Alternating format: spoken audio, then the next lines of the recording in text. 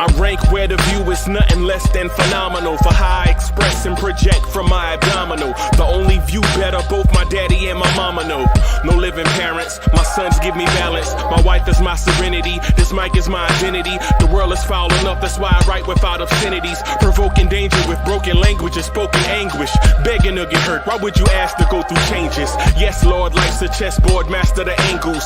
Control the tempo, be the one who holds the info. Acknowledge is just as deadly as machete swings. When spoken, the truth is as potent as that Medellin. While others swear the style is free, I just let it ring. Our time is undervalued, soldiers make us better kings. My fam's on my shoulder, reaching after better things. Today I take the shot, for them I'd rather set the screen. My mama told me follow my dreams. My daddy told me get it by any means. Stand tall, make him bow to a king. But I've evolved, you can see the resolve. Look in my eyes when you speaking to God.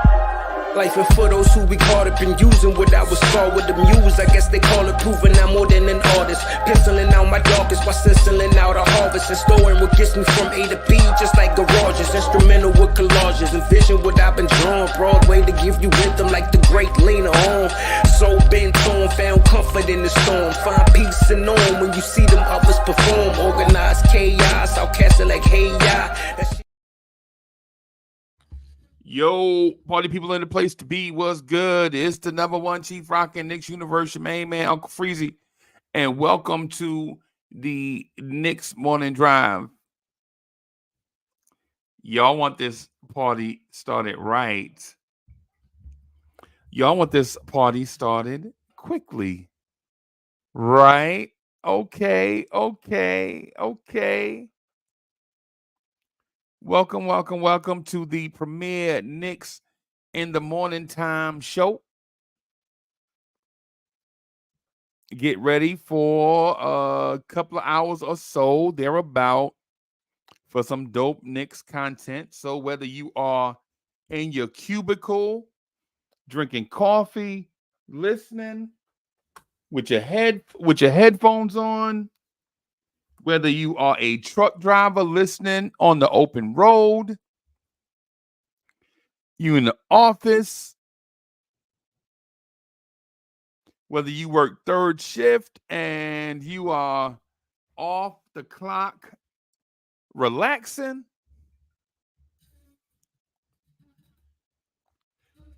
come on in here and rock with us. It's good to see y'all. Let me shout out people everywhere. Shout out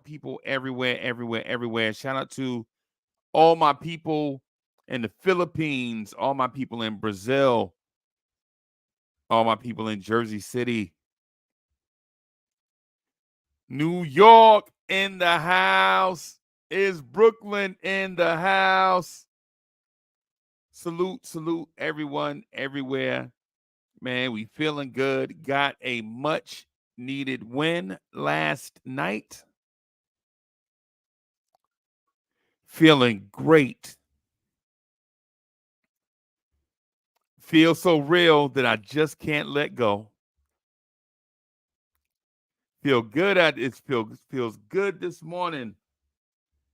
Feels good this morning. I'm not going to complain this morning. At least I don't think so. Let me shout out some of my people in the building. Who wants to be shouted out first? Who wants to be shouted out first? Who wants to be shouted out first? Who wants to be shouted out first? Right? Who should we shout out first this morning? All my people's in here. It's so many of my family in here. Man, look at all these names up here, man. Salute to all my people in here. You know what? I think I'm gonna do the honorable thing and salute Wiz first, since he's out on the West Coast. Wiz is in the building out there in California. Salute to Wiz. Salute to Wiz, man. Wiz all the way out there in California, up early, listening to the Knicks Morning Drive. Salute to our guy. Keith Turner is in the building. Karen Fung is in the building. Steve Lee is in the building. What's good? The son of the legend, Kerry Cox, is in the building. The R&B sensation, DSJ, is in the house. JJ is in the building. Chef NYK is in here. Okay. Hotline Bling is in the building. Whitaker is here. What's good, Ron? Hector is here. Okay. Good mornings. Allah Wise is in the building. Illmatics is in here.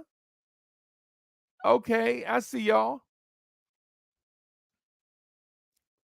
Yeah, man, the family is all here. Yeah, man. Let me see. Let me see. I'm gonna make sure. Let me see. I think I got Los Knicks. Los Knicks is in the building. Good to see you. Yo.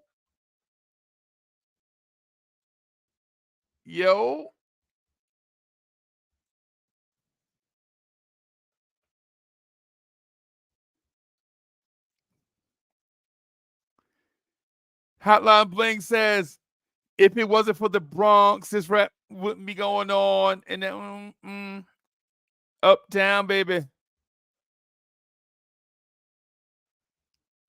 Salute to the South Bronx River. Those I haven't been to every place in the Bronx. I ain't gonna lie to you. My people live in a certain area, and we didn't vary too far from that, right? But salute to the Bronx. Salute to the greatest borough that has ever existed.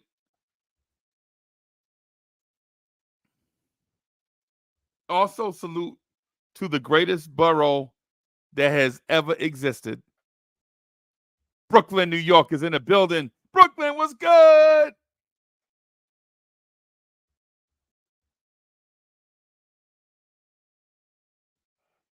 What is good? What's good? So I know y'all came. I know everybody clicked the button, click the link so that we could talk that Knicks talk the way that y'all like to have that Knicks talk to y'all. But I just want to say salute to my people first, because we got plenty of time for conversation. How about we show some love first? How about we start love over? Back to the way things were. How about that?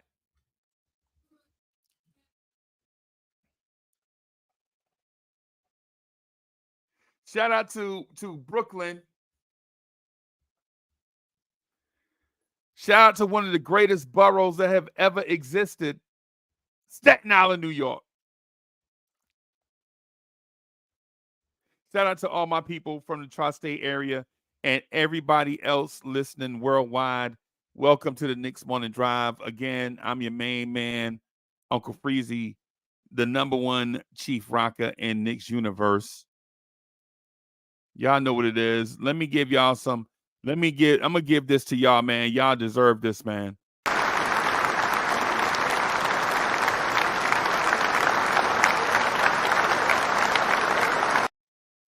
Showing some love to our people. Showing some love to our people. Man, did the Knicks look good last night or what?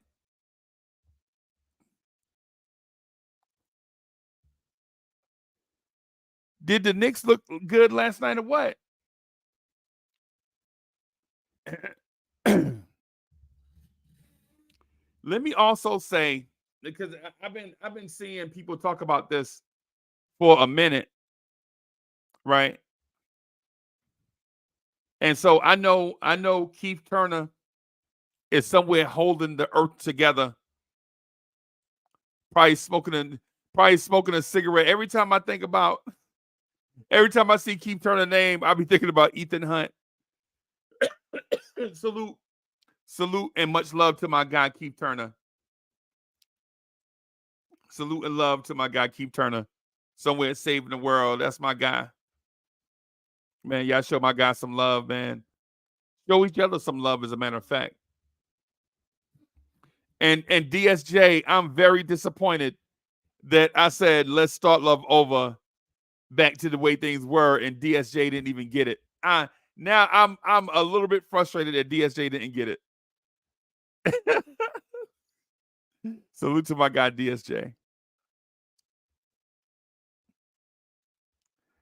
I'm struggling how to pronounce this. I don't know how to. I've been seeing it for years, right? I'm like, yo, how you pronounce?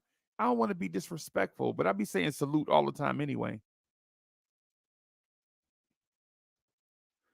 Right? I be saying to myself, man, I need to show more love. So JJ says, a fish and RJ this season. What a world we live in, brother. Yeah, man.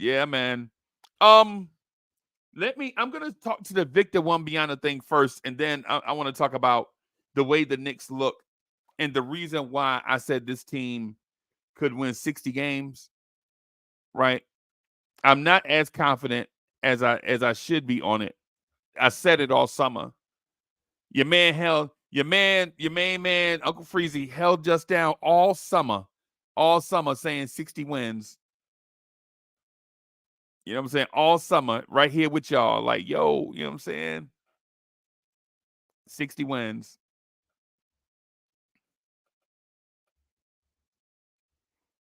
Let me say this thing about Victor Wembanyama, though.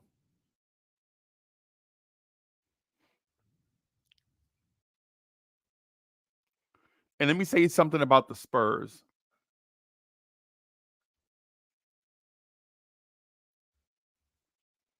Dripmore is in the building. What's good, boss? What's good, boss?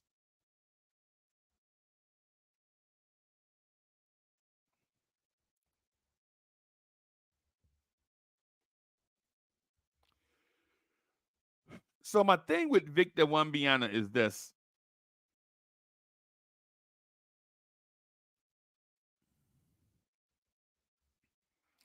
Vic is an excellent young player. He's definitely talented.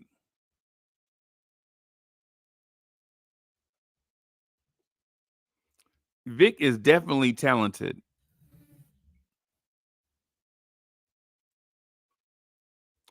And Vic is definitely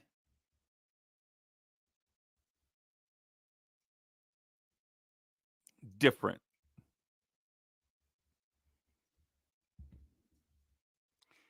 Vic can handle the ball. Vic can cover a lot of ground. But defensively, I'm going to say this, and it's going to sound outrageous until you allow me to elaborate, right? Vic is the future.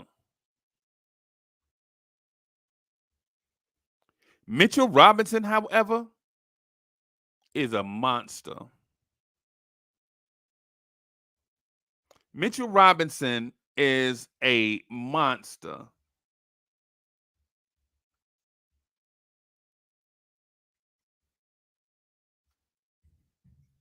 Right? Mitchell Robinson is a big that can move his feet athletically side to side. That's rare. Right? Probably only 2 or 3 bigs in the NBA can even do it, and Mitch may be the best at it. You're talking about, and I'm talking about 7-footers. I'm not talking about 6'9" guys playing center. I'm not talking about that. I'm talking about legit 7-footers.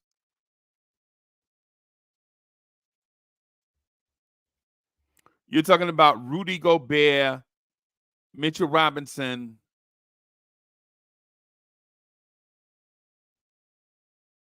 and nobody else right now come. Maybe the Derek Lively in Dallas, the rookie in Dallas. Maybe the only legit 7-footers that can turn their hips and move and go are athletic enough to do it.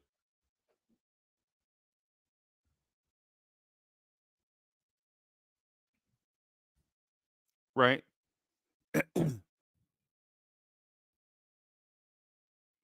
Mitchell Robinson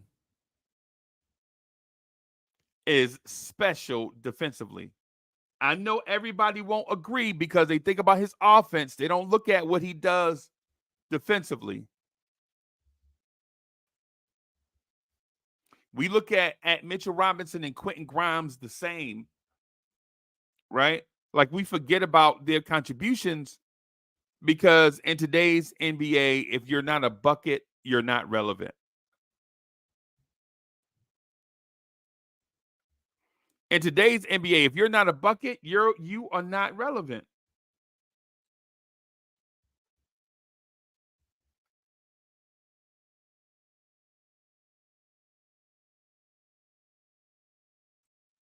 If you're not a bucket, you are not relevant. You're not on the radar. If you're not a Jason Tatum type player, if you're not LeBron, people don't look at you the same.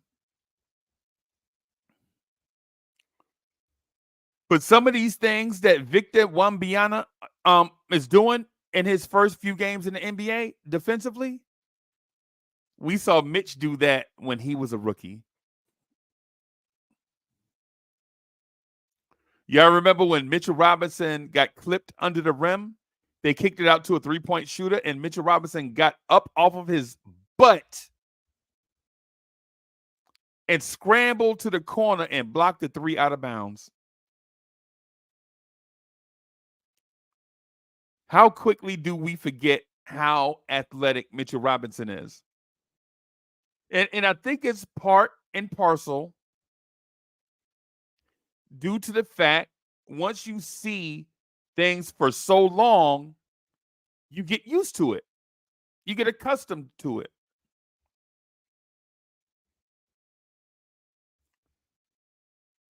I compare Mitchell Robinson's athletic ability to the post office. Right? You are so used to getting your mail delivered straight to your mailbox every day, right? Every day, you're so used to mail going directly to your mailbox every day, right? You're so used to it that you can't envision a life without it. That's Mitch. The mailman, the post office delivers your mail every day for free. Kinda.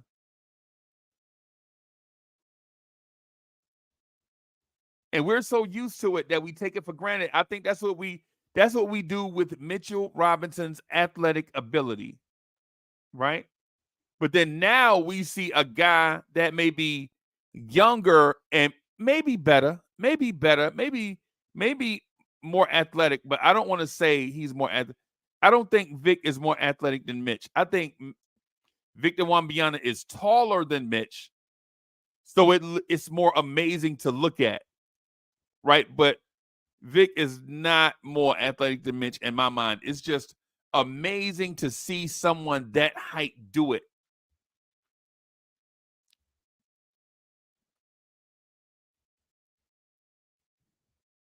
Victor Wembanyama has a combination of skills. He might be a top 10 player all time when things are said and done, barring injury. Barring injury, right? But let's not act like we've never seen an athletic 7-footer before. We absolutely saw Mitchell Robinson grab a defensive rebound in Atlanta, give it up to Julius Randle, beat Randle down the floor, and catch a lob on top of Trae Young. We absolutely saw that in year 2 of Mitchell Robinson.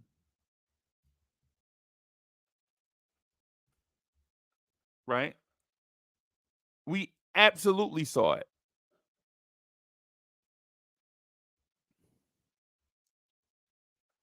And I'm not speaking to this. I'm not speaking to this as if I'm jealous of Vic. Would we love to have him? Of course. Of course. But what I'm saying to you is let's not forget about the valuable pieces that we have. Can Mitch Robinson shoot the three? No, and I don't want to see him doing it. And not because it affects the game. I just think it'll be ugly.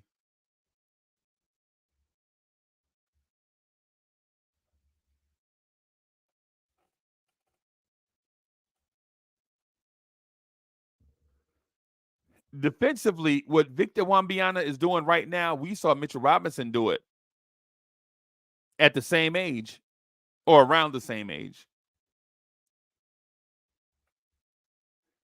We saw Mitchell Robinson blocking three-pointers from under the rim. Totally taking off, selling out, blocking threes. We saw Mitch do it. Now when we see Wemby do it, we're like, oh my God. Nah, we've seen that before.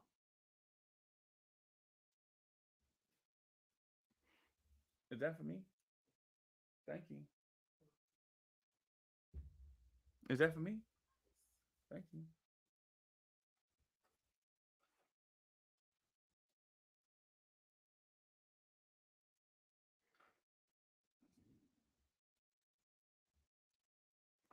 The Victor Wembanyama kid is very, very special. Very, very special. He's a mix of what Mitchell Robinson does on defense and what a Kevin Durant does on offense. And you just can't you can only make that stuff up in a laboratory.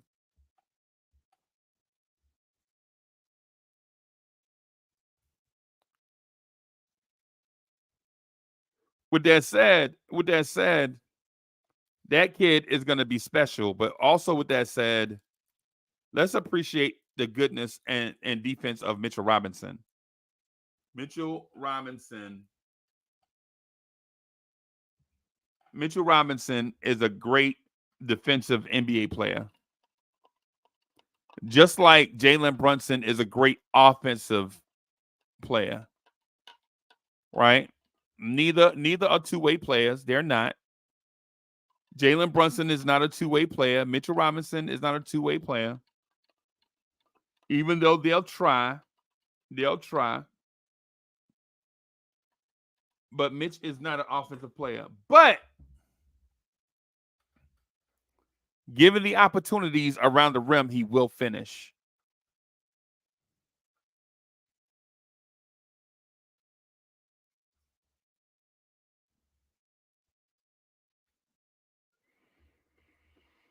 Mitchell Robinson is that guy.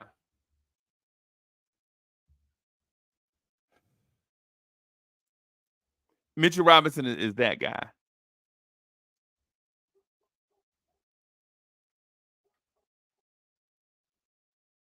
So I want to talk about Jalen Brunson for a minute, and I want to commend him on what he did last night.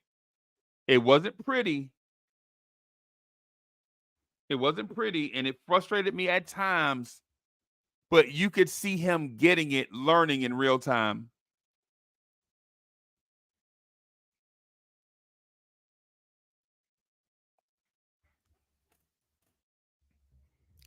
So let me first commend Jalen Brunson for not playing hero ball. Right? Let's commend Jalen Brunson for not playing hero ball.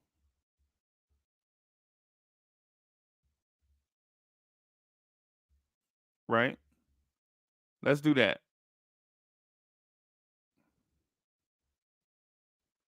Last night, his shot was off early. And there were times where, again, I don't know why this is, but there were times when he looked Quentin Grimes dead in the face and didn't pass it. And it's frustrating to me. And I can imagine it's frustrating to Grimes also. But he wouldn't pass to Grimes. And I don't know why that is. And I'm not saying it's a bad thing on either side. I just think both sides have got to figure it out.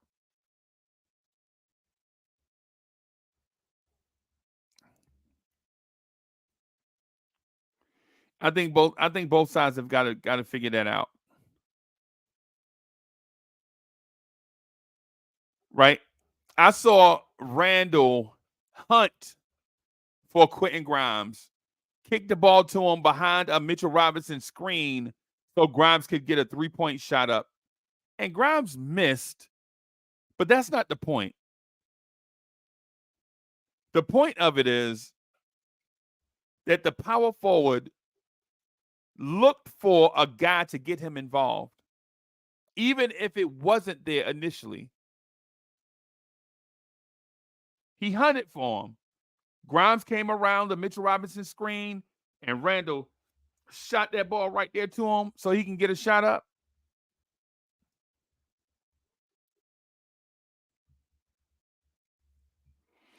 Bob D is in the building.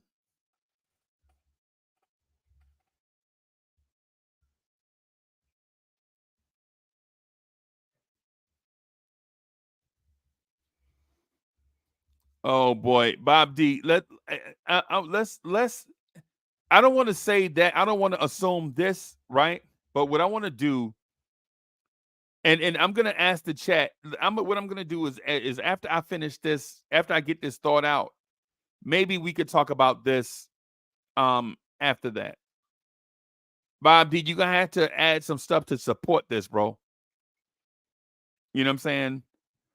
If you could add some stuff to support this, we could probably have a more enriched conversation.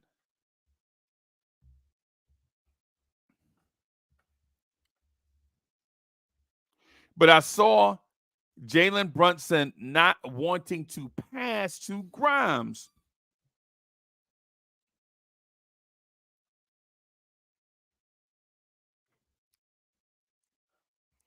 And as my example, there were two, but I want to point out one that I know you guys will probably remember.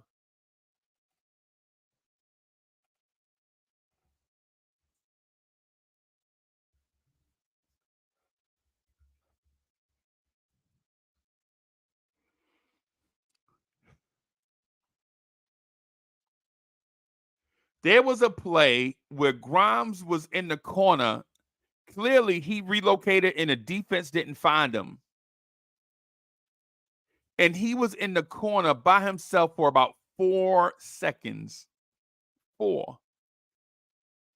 That's an eternity in NBA basketball. 4 seconds? That's basically enough time to tie your shoe. Right? That's enough time to tie your shoe, basically 4 seconds.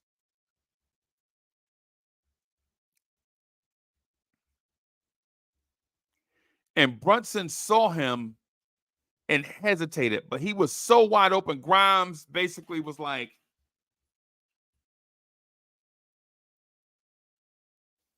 and so Brunson begrudgingly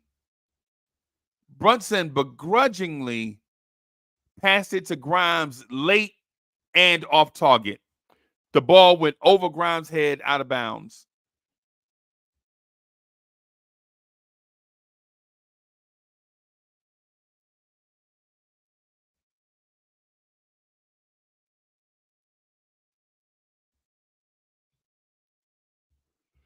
I'm sorry, Knicks PR just put out something.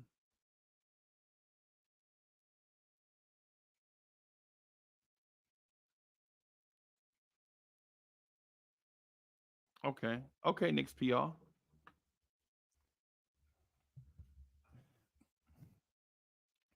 Brunson threw a pass to Quentin Grimes late and off target, right?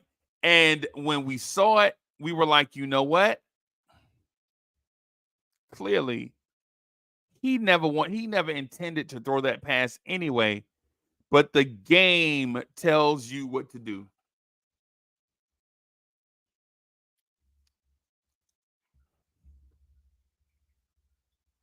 Kev Middleton is in the building. Julian Blum is in the building. He says, Julian Blum says, sounds like you need to write a book on why Brunson don't pass it to Grimes and make it a drama. No, I got to make it a comedy, bro. It's got to be a comedy, bro. It's got to be a comedy. It's got to be slapstick. It's got to be like Pink Panther.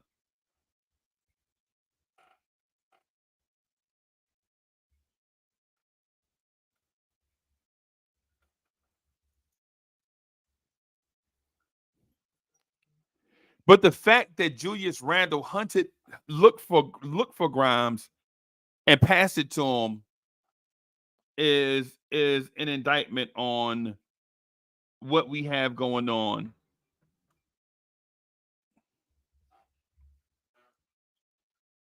Right? It is what it is. It is what it is. Right?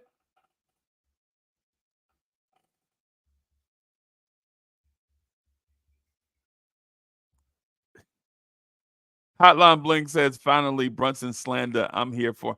No, I'm not. No, I'm not slandering Brunson, man. I'm just pointing out a thing. I'm not going to slander Brunson. I don't want to slander anyone this morning. I don't want to slander anybody this morning after an impressive win, especially. Right. What I do want to point out though is we can see more games last night when our guards pass the ball to others.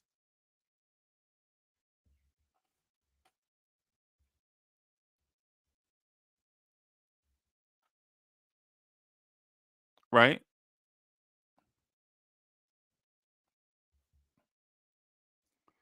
Mets in the building, Big Kev in the building.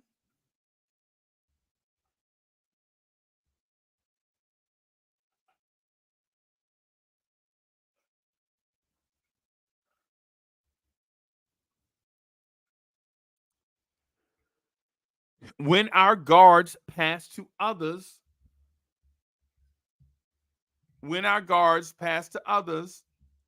you see games like last night. When our guards pass to themselves, you see games like New Orleans.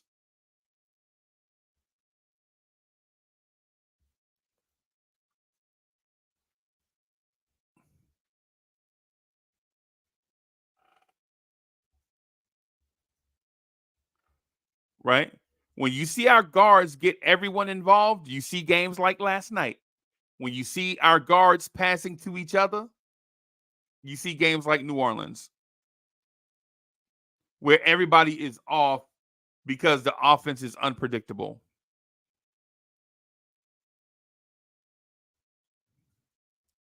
When you see the Nova Corps out there, you know what I'm saying, passing to each other and not passing to anybody else, you see discombobulation. When you see everybody passing to each other, everybody on the team getting everyone involved, you see games like last night. And this is no indictment on Jalen Brunson's shooting night. Everybody is going to have a bad shooting night, right? It's going to happen. Everybody is going to have a bad shooting night every now and then. So Jalen Brunson going 2 for whatever he did is not even should not even be part of the conversation, because I could just easily point back to what Julius Randle looked like on Friday. Right?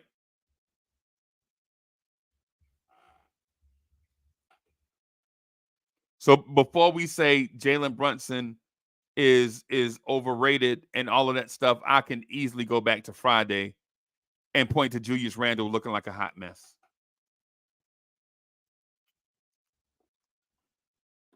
But we won't do that because reasonable adults know that you're not going to be a 40-point per game scorer in the NBA. You're going to have your good nights, your mid nights, and your bad nights.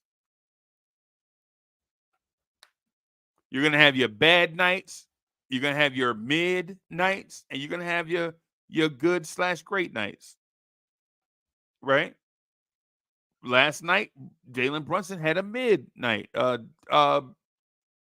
okay night.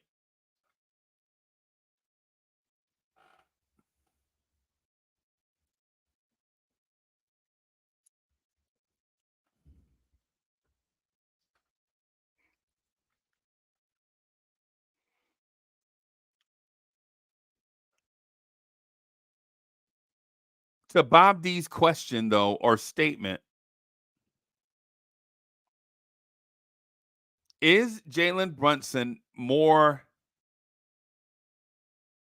motivated to make the All-Star team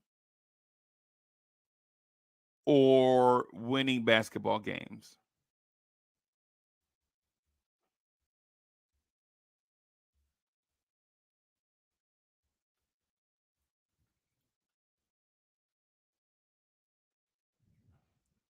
Is Jalen Brunson more focused on making the All-Star team or winning basketball games?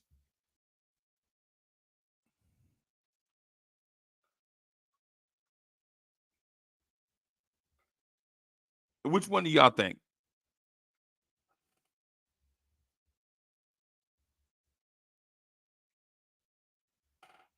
Which one are y'all thinking?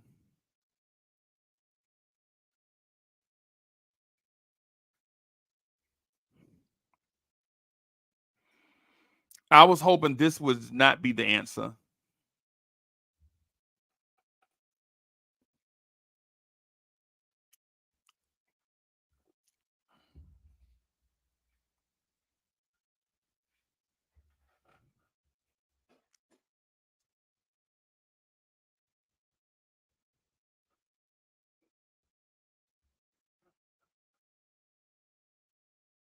I'm just going through to see what type of answers are out here.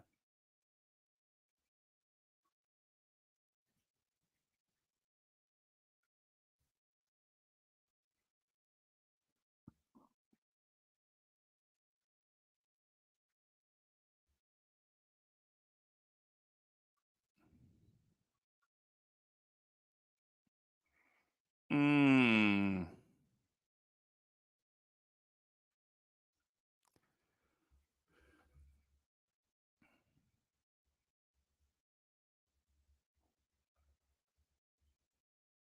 right, right. Julian Blum says Nova boys are winners. He wants to chip. I disagree with you on that one, JB. The Nova boys are not winners. Jalen Brunson has won nothing, zero in the NBA. No championship, no All-Star game, no MVP, no All NBA. Jalen Brunson has won nothing in the NBA. Nothing. Josh Hart, for all the winning attitude and all that stuff, he played for all the winning and culture that Josh Hart brings. Josh Hart never made the playoffs until he became a Knick.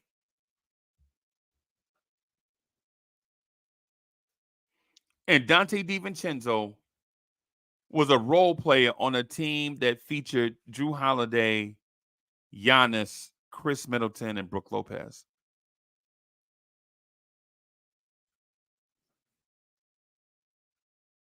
They've won nothing in the NBA. The Nova Boys have won nothing in the NBA. And if we go by what people did in college, Jalen Suggs is a winner also. Davion Mitchell is a winner. Notice how random names get bantied about when you're talking about college championships. You start naming people like Kendall Brown, What they could do, however, is subdue all of their personal passions and commit to winning a championship with the Knicks and making winning plays on a nightly basis.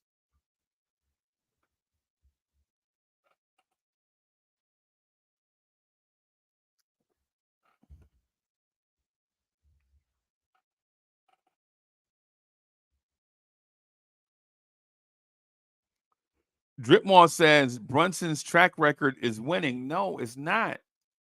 It's kind of the opposite, bro. We gotta relax. We gotta relax. It's kind of the opposite. Jalen Brunson's track record is not winning. What are we saying? What are we saying? This dude played beside Luka.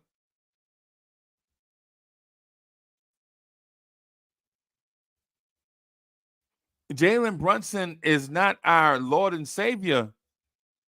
He's a piece.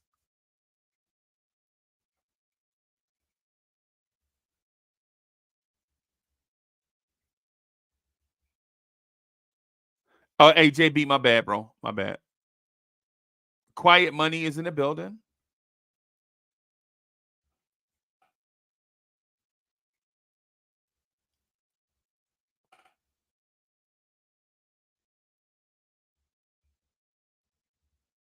Oh, yeah, Kevin Vincent, you're right. They lost.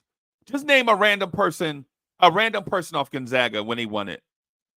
When Gonzaga won it, just name a random person when they won it, whoever it was. Just name a random person off that team, man. That's my point. My point is if you're talking about winning in college, you could just name a random person off one of them college teams. King Ribby is in the building.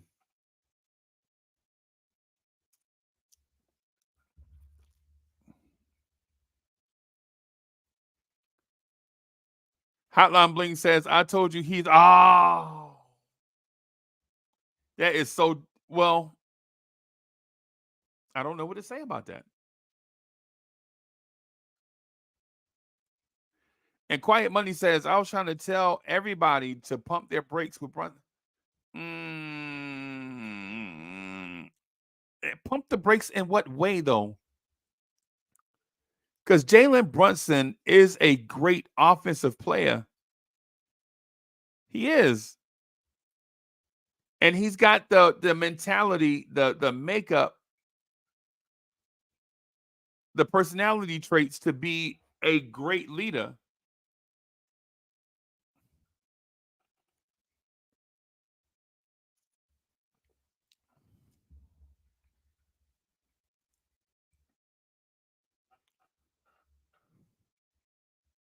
But leadership for all intents and purposes is about getting your people from one place to another. That's all leadership is. Getting your people from one place to another. That's what leadership is.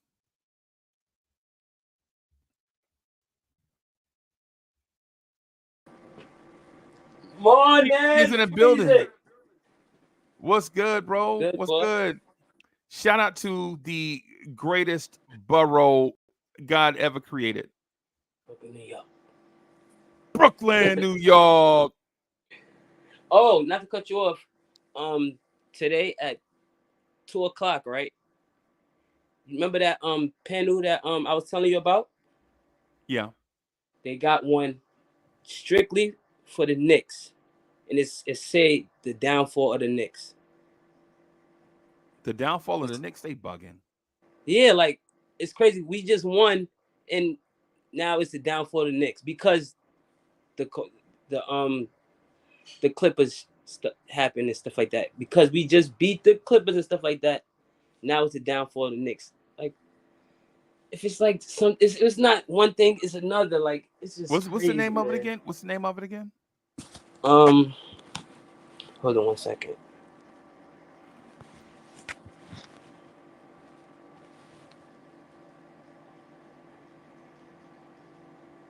You said PC, right? PC something? Yeah. Hold on, I'm gonna jump out and jump right back in. Okay. Mets, what's good, man? Not much. I mean, Do you see the Mets hired a manager? yeah, Carlos Mendoza. Unfortunately, when we did want Craig Counsell, he wound up with the Cubs. Right. Well. And I'm not trusting a It is what it Yankee is. bench coach with this squad. You know what I mean? No. Well. Let me say this. Let me stay on. I'm gonna stay on topic though, just since we're talking about Jalen Brunson, just really quick. Okay. I think Jalen Brunson may have turned a corner last night, understanding that this Knicks team can win without him shooting the ball 30 times. At the same time, if you're Jalen Brunson, how do you achieve your personal goals if you don't shoot all the time? Salute, man. Find a middle ground. But I don't know if there is a middle ground for something like that.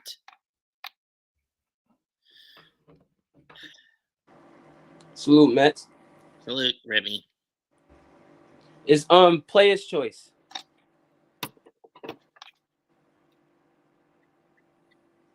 I agree on that.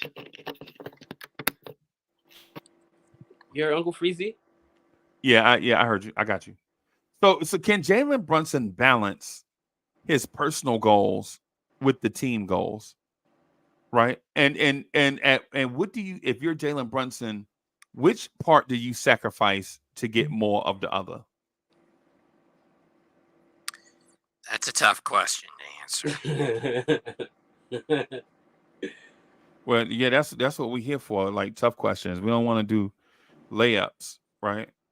My thing is with Brunson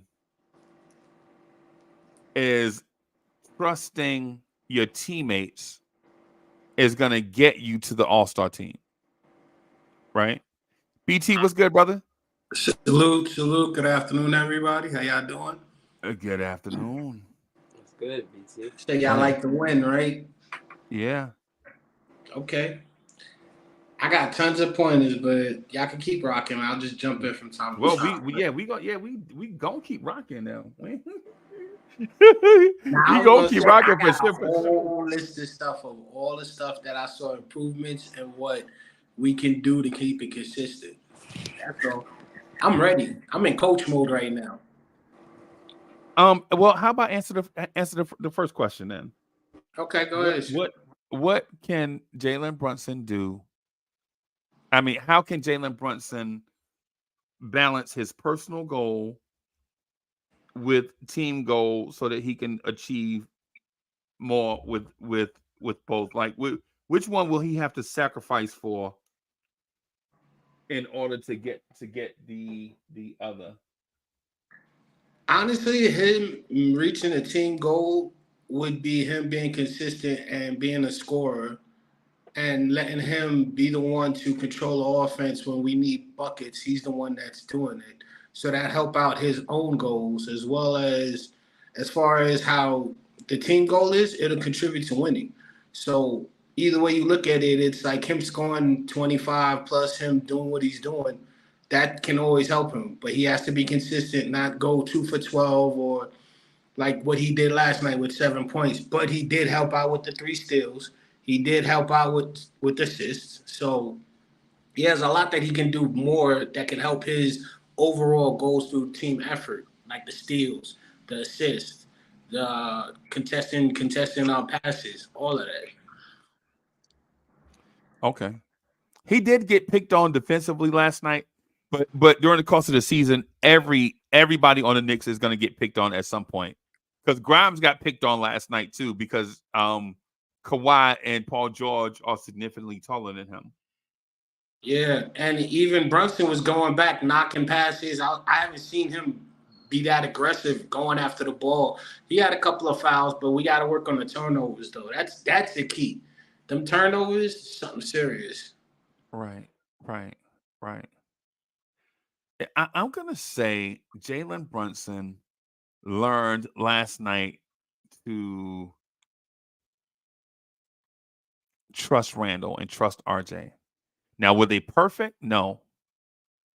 Was RJ Barrett efficient, though? Yes, very much so. Boom. I was gonna say, to be honest with you, the best thing to do is to let Randall, Hartenstein, and quickly be the facilitators, because Hart is gonna give you what he can automatically, either in rebounds or assists, but he'll contribute on the second team.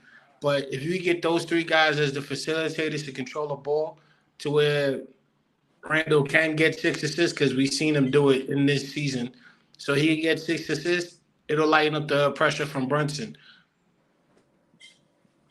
Right. Okay. And Mitchell, our boy Mitchell Robinson. Sorry, You said Mitchell Donovan Robinson. Mitchell. I know. I was about to say Donovan Mitchell because I thought he was with us. That's my dreams. But no, Mitchell Robinson. Yes, he's doing it again with these rebounds, man.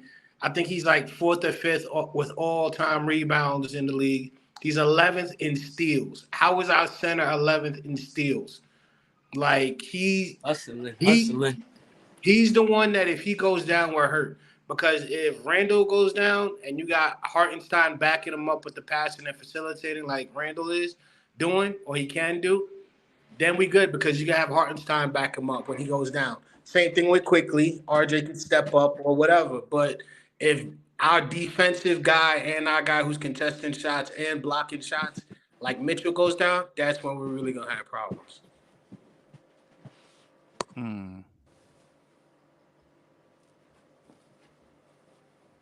Okay. I can see that. I mean, for Mitch, last night was probably his best offensive game in God knows how long, in terms of both his scoring and his rebounding.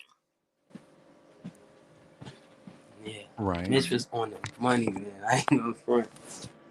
Mitch is Mitch. That said, those sort of things only happen if and when Tibbs gives him the chance to be something more than just a pick and pop and a putback guy. Which is entire. But man, I'm sorry. I was just gonna say I don't think he even mastered that skill yet. The pick and pop and the pick and roll guy. I don't think he's mastered that yet. How you know that? Because he'd be more consistent. Because last year he was doing 8 or 9 points. Now he's doing 5 points. Last night was his first real big game. For him to be consistent at it, think about it. That's 6 shots he's getting a game. 6 to 7 shots a game he's getting under the basket. He needs to be making those as well as his free throws. So once he gets past that, then yeah, we could give him more responsibilities. But if he could get 12 points, now go ahead, Mets. I'm sorry. But then again, he was like that even before Tibbs got there. When Fizdale had him, he didn't know what to do with him. Or he tried to put Mitch in a position he wasn't comfortable with. I mean, looking at his stat line from last night, 35 minutes, 6 out of 10 from the field, 1 hit free throw, 15 boards, 4 steals, 13 points, and a plus-minus of +4. For a center who's not, is not going to be more of a scorer, he's going to be more of a defender as well as a boarder, that's great. You know what I mean? Or at least decent. Okay. Compared to who he was opposite, Ivan Zubac, who went half an hour, 3 for 3 from the field, 2 for 4 from the stripe, 7 boards, a steal, 2 blocks, and 5 turnovers, and a plus-minus of -18 with 8 points. Mitch definitely took the battle and won it off the glass. But can he keep it up consistently? I don't know, especially when the Spurs have the biggest big guy right now in the league. But if you can rebound when you got a guy like Plumlee, PG down there, and even Kawhi Leonard, who are good rebounders and good offensive players, and Mitchell's going up against them and the backup center, and he's contesting 2 guys at a time, holding his own, still giving you 9 offensive rebounds and maybe 6 or 7 defensive rebounds. He's contesting a lot of people down there, so I think he's proven. He just got to stay consistent. Yeah. Yeah, that's been his biggest flaw, consistency. Yeah, I think personally, I think this is for the conversation that y'all just morphed into away from when we were talking about Jalen Brunson. is the reason why guys on this team get shade and some players get unnecessary flowers. Right. For the mere fact we was talking about what Jalen Brunson has to do to sacrifice, and y'all out here talking about Mitchell Robinson stuff. That lets me know right now that no matter what Jalen Brunson does, y'all are gonna be okay with it. Either way, it don't matter. No matter what Jalen Brunson does, y'all can be okay with what he does, and we're gonna critique Mitchell Robinson. No, it's not that, but yeah, it's easily that, bro. No, it's easily not. That. It's easily that. He went 2 for 12 last night. That's not the point. That's not the point that I made. The point that I made is when BT came in, we were talking about Jalen Brunson and what Jalen Brunson was sacrificed in order to win or make the All-Star team. And the fact that we're talking about Mitchell Robinson right now just lets everybody know that regardless of what Jalen Brunson does, we're going to criticize other players on the team. Jalen Brunson is y'all brand new golden child. No, he can do whatever he want to do. It's exactly what it is, bro. We know like nothing's gonna happen as far as like Mitchell. You know, Mitchell Robinson leads the NBA in steals from the center position, right? No center in the NBA has more steals than Mitchell Robinson, and he's averaging 12.5 rebounds a game, right? And we're talking about Mitchell Robinson and what he can do to get better, but we were talking about Jalen Brunson and what. And just, hey, Gregory Castillo, I'm gonna hit you up later. hey, Castillo, I'm gonna hit you up later. I want to do something with you if you have some time. I'll be right back in the next couple of days. Okay. BT is definitely that, bro. It's definitely that. Remember, we were talking about Jalen Brunson. My apologies. That was my fault. No. I'm not saying you're wrong. I'm speaking to sensibilities. You're right. I'm talking about sensibilities. I'm not talking about you're wrong because you may be absolutely right in the stuff that you feel like is right. I don't want to argue against the stuff that you feel. You're entitled to your opinion, right? Whether we agree or disagree. But for me, I am definitely open to listening to other people's opinions. But the mere fact that we transition from one player to another gives me the impression that y'all are okay with whatever Jalen Brunson does.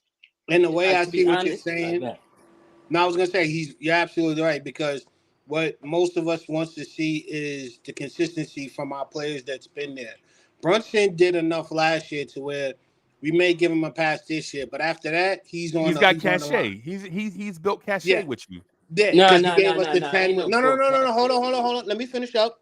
I'm just saying, I'm not saying my perspective. I'm saying as far as fans look at him, because I talk to a lot of people. But those 10 extra wins we got, they're saying, hey, he's allowed to have slack, plus what he did with the whole basketball league thing over the summer. So a lot of people are like, yo, let him get into his groove. He's the new star. So they'll give him a pass. Me, I'm not giving him a pass, because if his assists don't go up, that's what it is. That's what he has to do. His assist has to go up, because last night he got 6 assists. Okay, Randall had 2 games already with 6 assists. Even RJ had a game. Randall had one game that had 9 assists.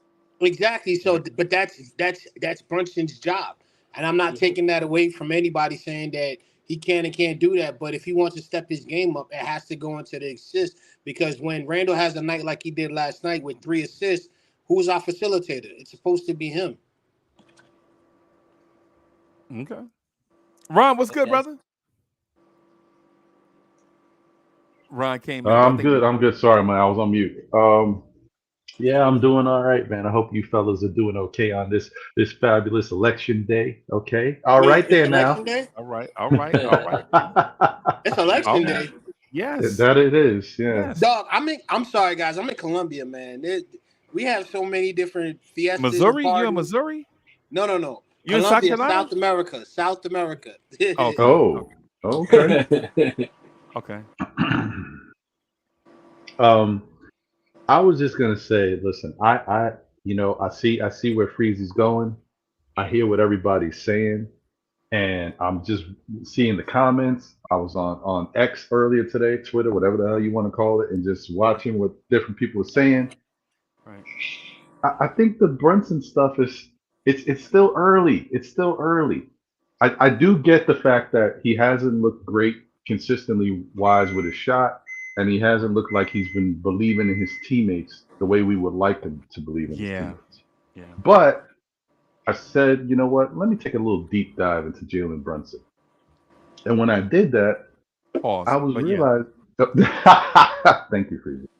When I did that, I was realizing that Jalen Brunson has been a willing facilitator on this Knicks team. Historically, from this, he's only been here 1 year. This is his second year. I went back, I looked at his games, I looked at his numbers. He's been willing to pass the ball. It's just, I think that this year is a little different for the Knicks in general, but definitely for Jalen Brunson. Teams are playing the Knicks different. They're trying to play Jalen Brunson different, putting taller guys on him. They're frustrating him, making it very difficult. And so he's trying to find his way out there. And I think it's not looking great sometimes. He's not necessarily believing in his teammates. But then again, you look at his teammates, and his teammates are struggling too. So last night he struggled, right? But he had 6 assists. I would think that most of us would take 6 assists. Would we want more? Yes. But 6 assists should be the minimum for our starting point guard. 5 or 6 at the minimum. You know what I mean? But I look back at big time moments for Jalen Brunson. You know, the playoffs against Miami, he averaged 5 or 6 assists in the playoffs. He had games with 7. He had really good games. Even with his performances offensively, he took 21 shots, 22 shots. He finished with 38 and 7. And against Miami in the playoffs, he had another game. He had 32 points with 11 assists in the playoffs on 21 shots.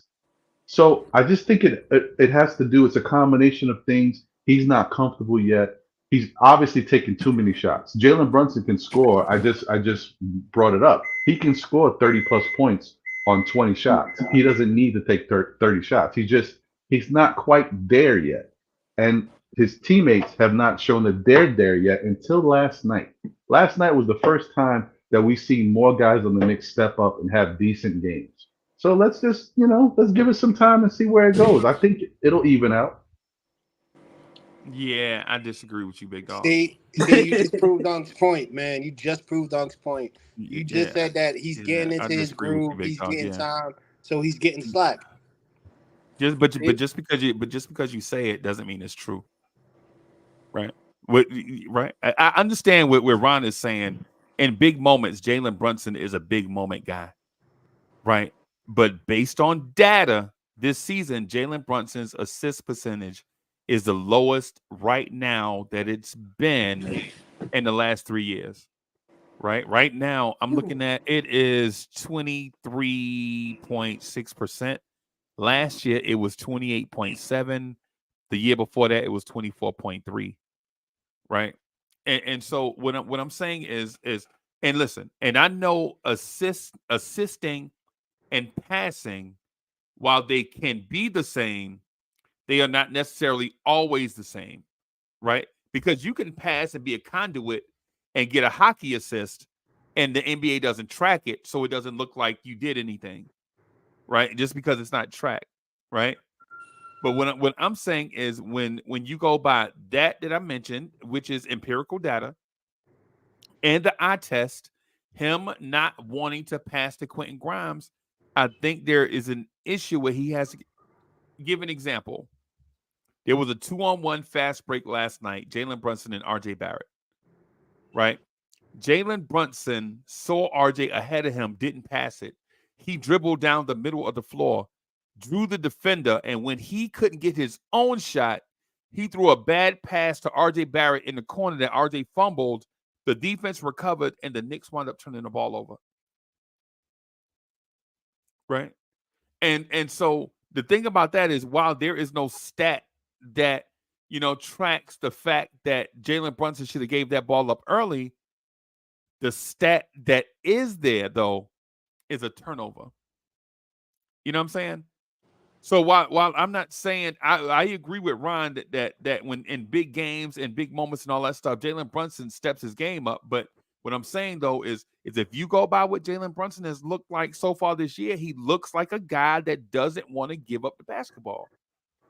That's what he looks like. whether it's a trust issue with Grimes and Randall, or if it's a selfish issue that he wants to make the All-Star game, whatever it is, I don't know.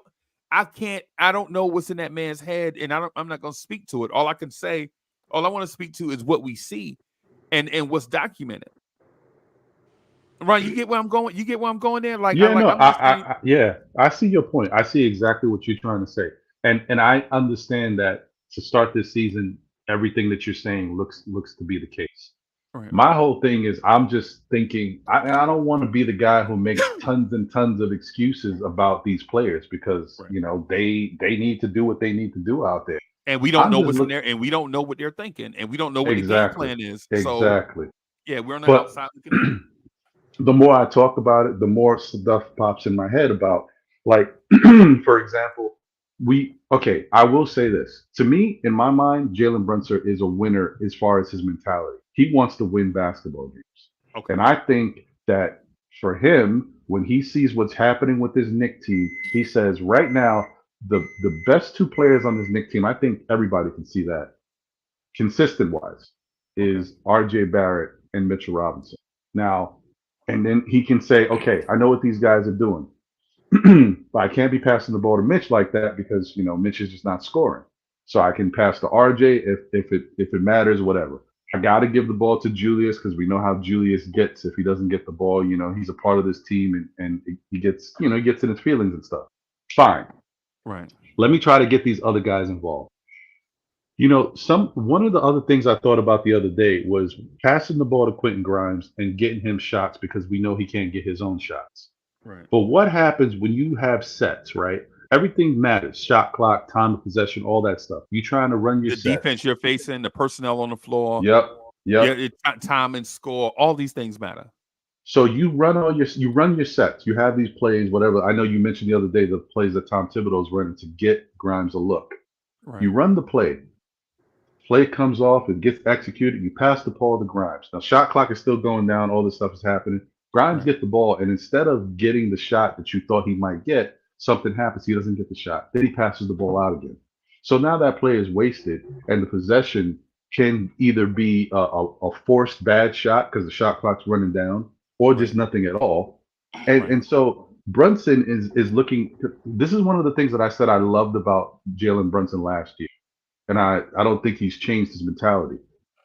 When it comes to the Knicks being in a game, have you guys noticed when Jalen Brunson is out there on the floor, if the other team looks like they're trying to break away from the Knicks, they're hitting a couple threes, whatever, Jalen Brunson will take that time to say, I'm going to come down and get us a basket, you play whether hero it be a ball. three, Right. whatever it is. Yes, but that hero ball kept us in a lot of games. Whereas Right, in past, they would, other teams would get off to a lead and then we'd be struggling to catch up and we might be out the game.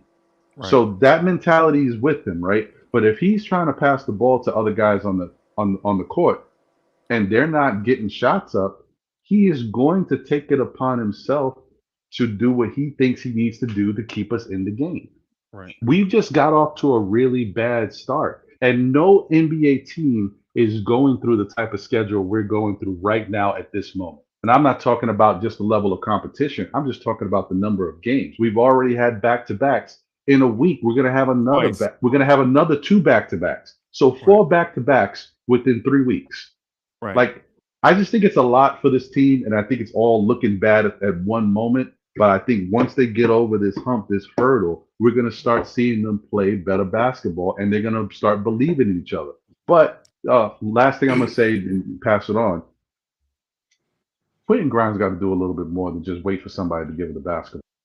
Watching the game last night, Dante DiVincenzo flying in there trying to get a rebound. I never see Quentin Grimes flying there trying to get a rebound. He's not athletic like DiVincenzo, right.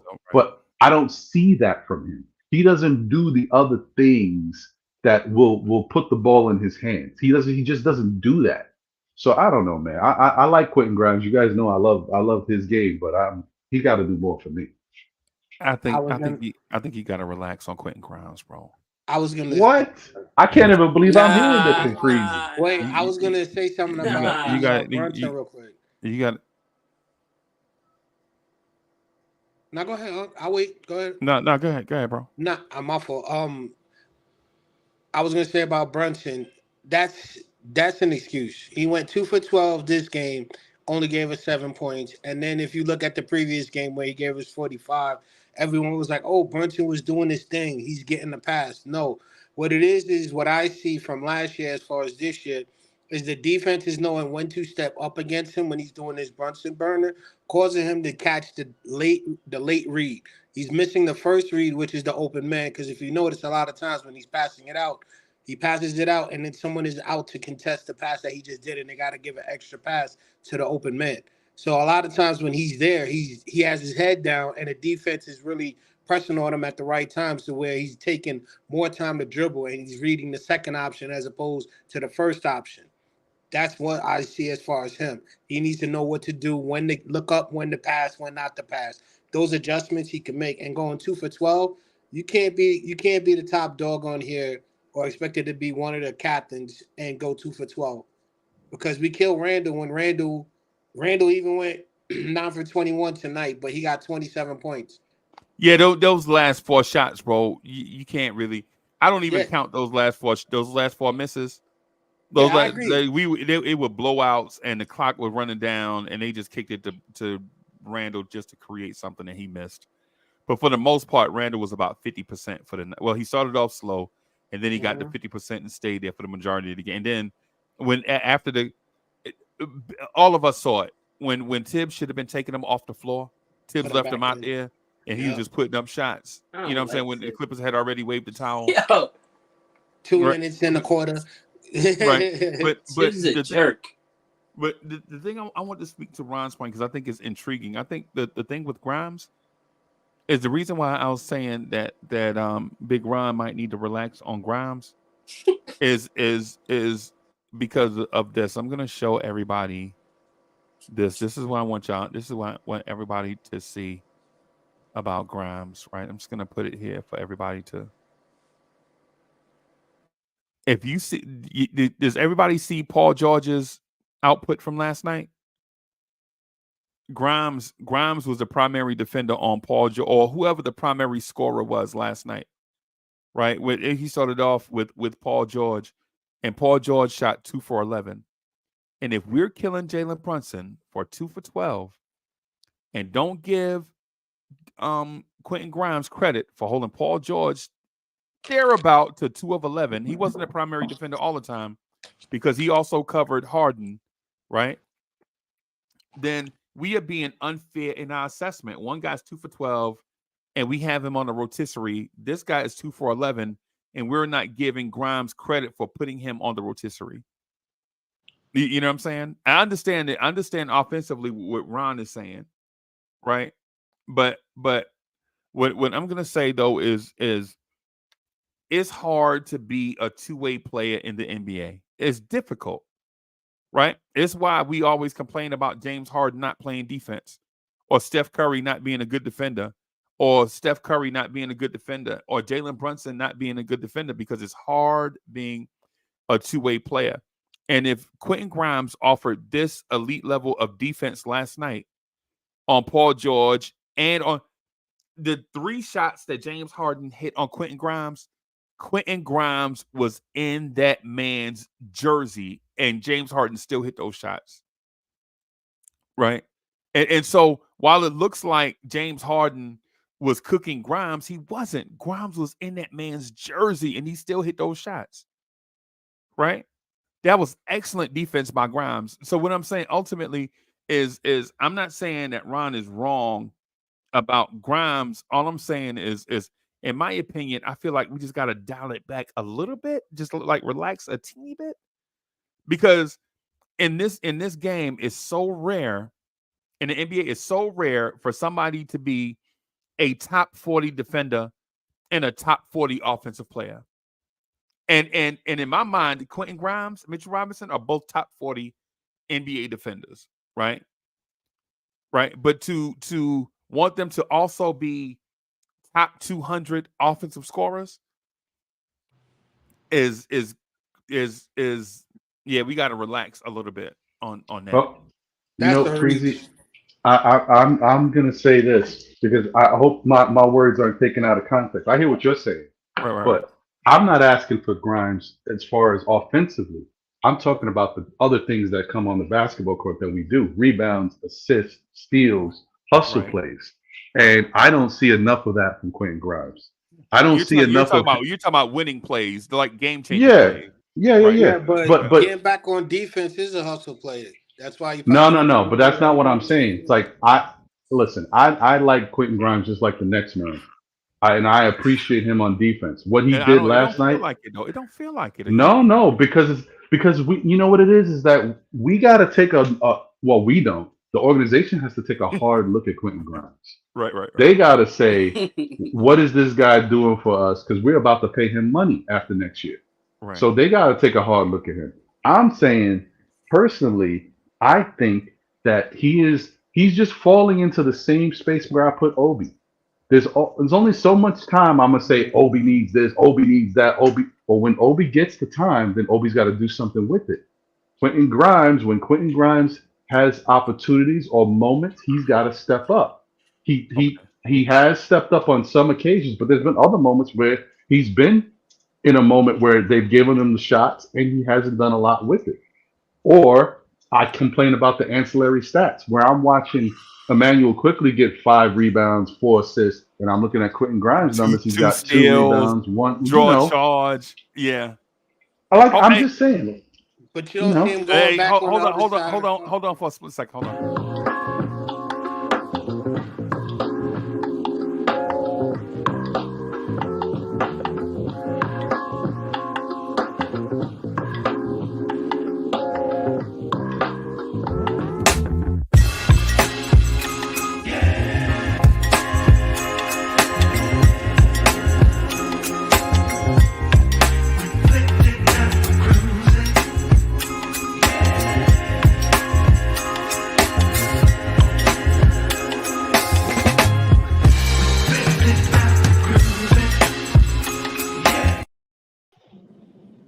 Yo, hey, let me do this real quick. Paris Duggan, thank you for the generous contribution. Paris Duggan says, now only if we get PG-13, LOL.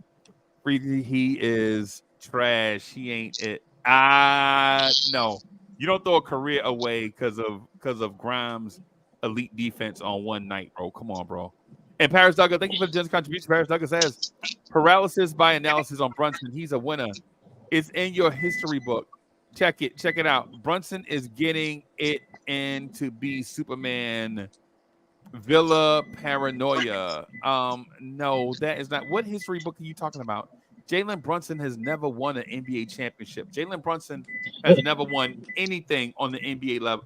Nothing.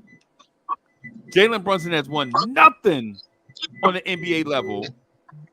And we're talking about he's a winner. That he has the championship ingredients, and we're hoping that he puts those ingredients together in New York. But if we're talking about a winner, Jalen Brunson ain't never won nothing ever. Hey, BT, go ahead, bro.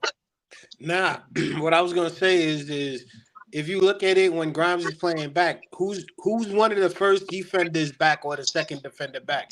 It's Grimes. When you look at them playing defense on a fast break, Grimes is the one coming back, contesting the shot, contesting the pass, kicking it out of bounds. So he may not be there, be able to run in and grab the rebound or be more offensive there, but because he's more well on defense.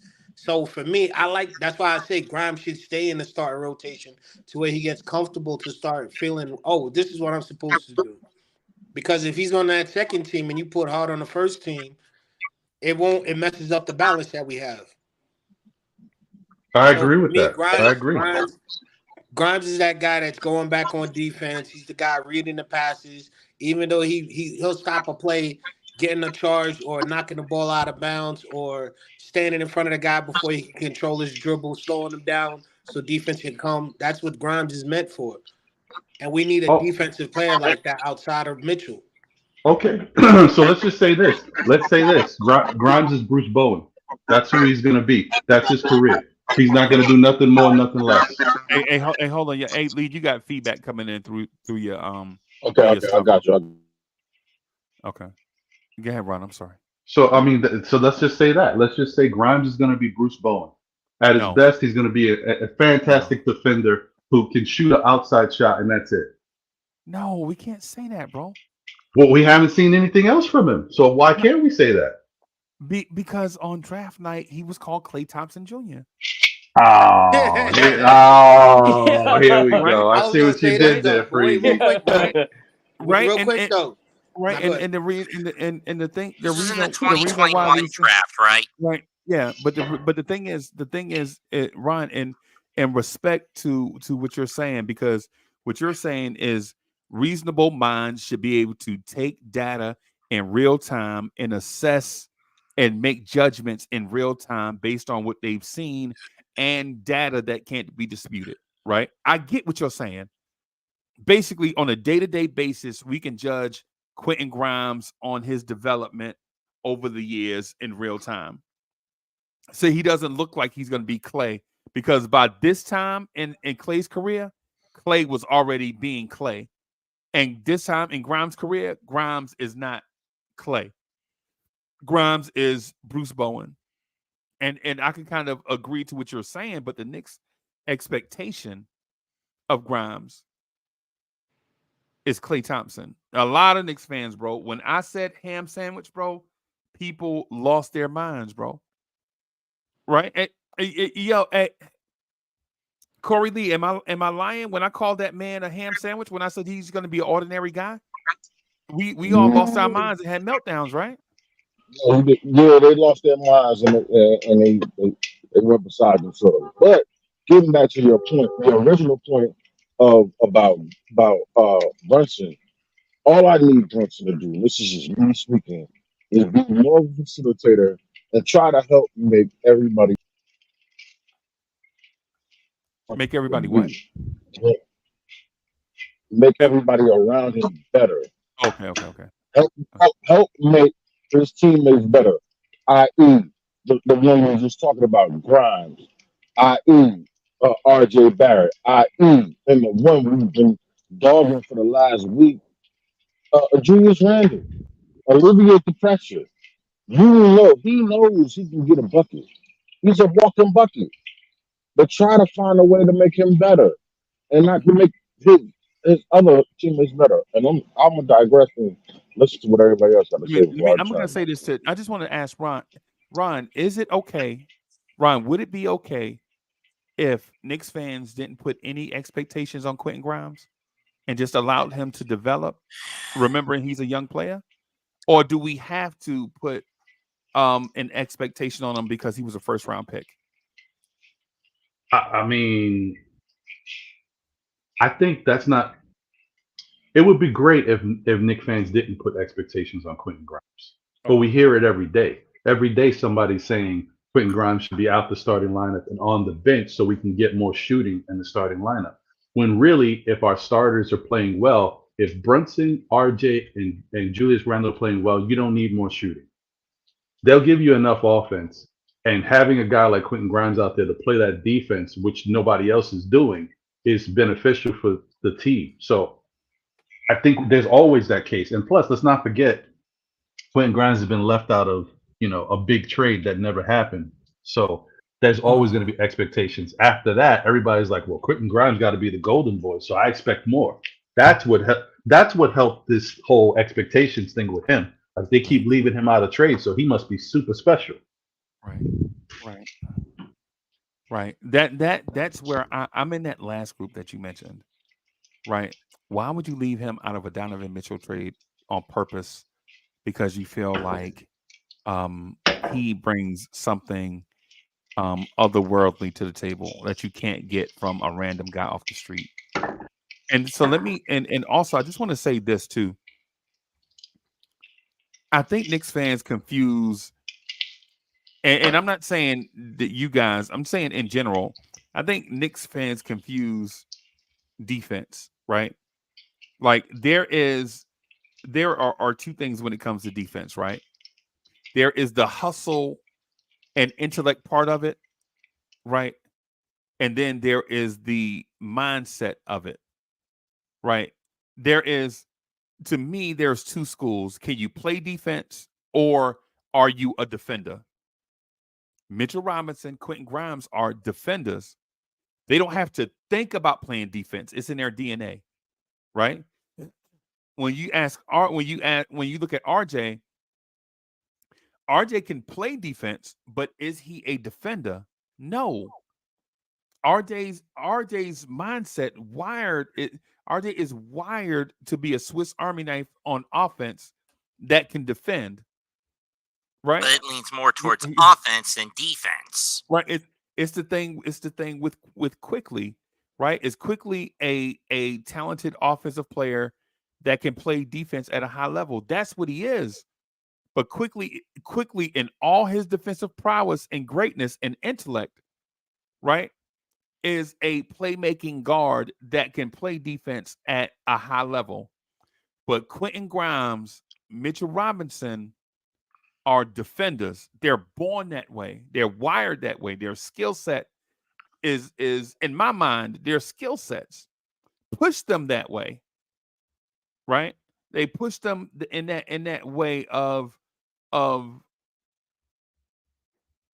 hey man, I eat, sleep, and drink defense. When we come out here, y'all be thinking defense. I'm thinking about blocking shots. Quentin Grimes is thinking about shutting people down. Quentin Grimes is not thinking about knocking down threes. Quentin Grimes is a defender that can shoot the three, not a 3-point shooter that can defend, if that makes sense. Right? You get what I'm saying with that? Am I wrong? Am I off with that? You're not No. I agree with you 100%. If you remember, well, maybe you don't remember, but one of the things that happened, like when the Knicks were in the off season, they were showing highlights of a couple different Knicks working on their game and all that stuff. The only highlights I was looking at and I was impressed with was Grimes, because his first set of highlights was him defensively working on his footwork and moving around. I'm like, this is impressive to me. It shows you what he cares about. Yeah, I agree with you 100% on that. Right. And the thing is, Freezie. Before I forget, because I was trying to say it before and I forgot. I just want to say, even when I'm saying what I'm saying about Grimes and how I expect him to do a little bit more on his part to get open and get the ball and all this other stuff, I'm not taking anything away from him defensively. And let me just say, last night defensively, he was phenomenal in my eyes. So he plays good defense, but last night he was phenomenal to me. Right. Go ahead, Freezie. Right. Top 10 in defense. Right. Yeah, man. I'm gonna do I think Paris Duggar had a super chat. I'm trying to get these in real time. But Paris Duggar, thank you for the generous contribution. Paris Duggar says Brunson has won on every level he has played on. PG-13, JR, not so much. Who would you bet on to win one on this level out of the three, and one is on a team that should this year? Brunson will win one. That right there again is a false statement. Brunson has played more years in the NBA than he has played in high school. He played 4 years of high school, right? Brunson played 4 years of college, right? He's in his 6th season in the NBA and has not won diddly poo. We got to relax, man. We got to relax with these narratives.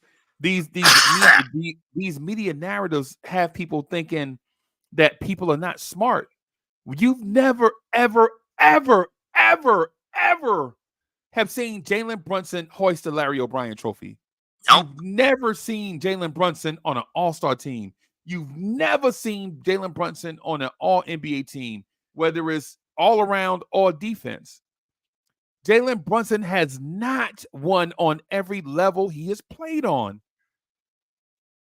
Winning in high school, okay, got you. Mr. Illinois basketball, he won on that level. He won at Villanova. Yes. But there's another level called the NBA. Has he won on that level? No. He is not. Now, and I respect Brunson, but let's not just tell lies because we like somebody. Right? True. Why just because I like Jalen Brunson, I'm not gonna lie just because I like Jalen Brunson. I like Jalen Brunson a lot, but I ain't gonna sit up here and lie because I like him, bro. He has not won on this level. He's won nothing.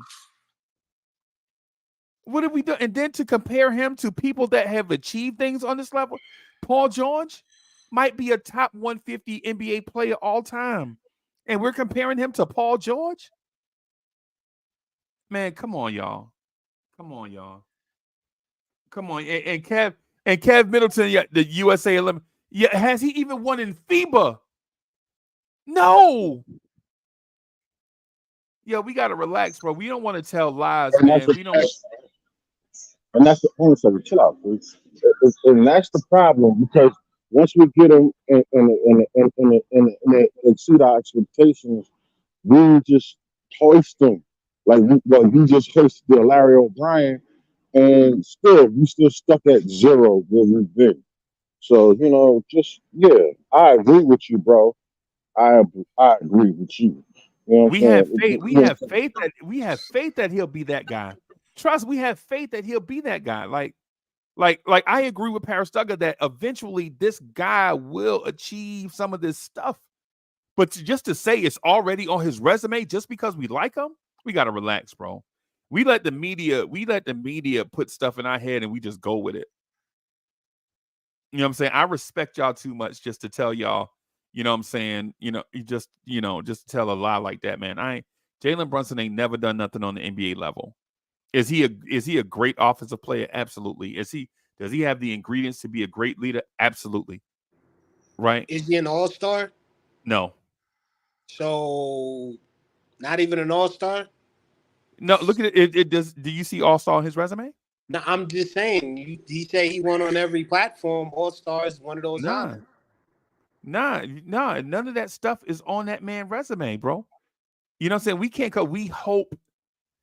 Ron, you see where I'm going with it? Like we think Jalen Brunson plays at an all-star level, right?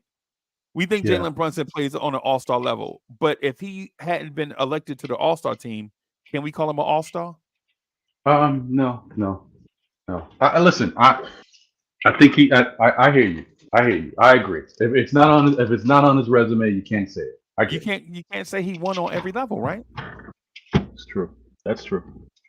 Yeah, and I know it seems like semantics because we know the kid is good enough to be that guy. But until he doesn't, he hasn't. Yeah, that's true. Right? I mean, it's just what it is. I have complete faith that Jalen Brunson is going to be a part of a championship team with the Knicks, right? But until that day comes, I can't say that it has happened. Right now, Jalen Brunson is on the same career arc as Mike Conley Jr., right?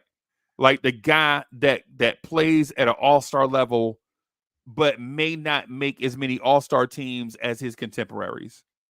Because he may be the 6th best guard in the NBA or the 5th best guard in the NBA because guys that played along with him like Damian Lillard and Steph Curry are generational talents. You could even say CJ McCollum. Okay. I just want people to understand that this is game 7. We played 7 games. It's an 82 game season. And I agree, Freezie's right to even bring this conversation up because Brunson doesn't look like from us having a point guard, he's not doing enough from the point guard area to help the team. He's been trying to score and put some points up there, blah blah blah. But as far as doing enough to help the team, because the point of Jalen Brunson too is not just his scoring; it's also so that he can kind of coordinate what's going on in our offense and get guys to their spot, get guys good looks. So yeah, that part of it has been lacking. And I think, like I said, I think that has to do with what the defense has been doing to him. He's frustrated. He's not used to this type of stuff.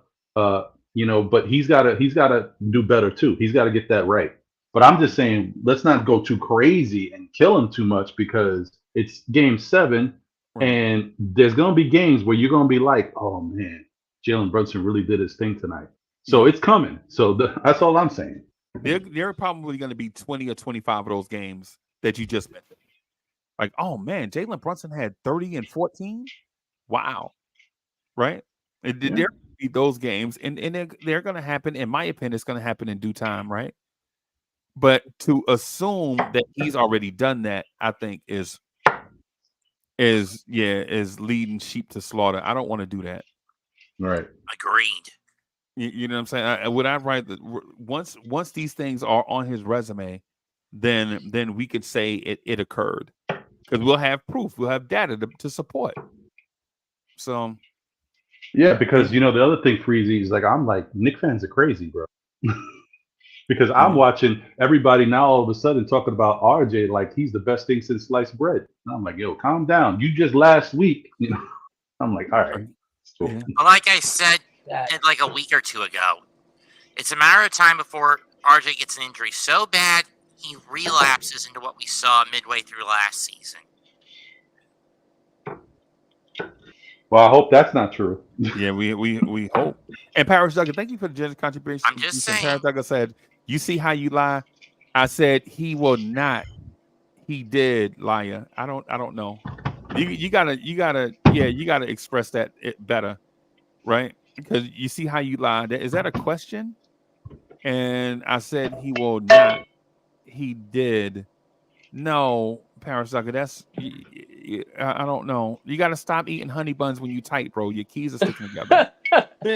Right? You gotta express your thought clearly. Like you said, Jalen Brunson has won at every level, and he did not. He did not. Right? That was the whole point of the thing.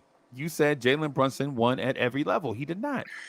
That's not a lie. That's the okay. Let me Corey Lee has Jalen Brunson won anything on the NBA level? Anything? Just point out just anything, just something. What has Jalen Brunson won on the NBA level? 12th of never. I'm looking at his basketball reference page right now. The only thing they have is his Dallas Mavericks jersey and his Knicks jersey. He has not won anything. There's nothing next to Jalen Brunson up here.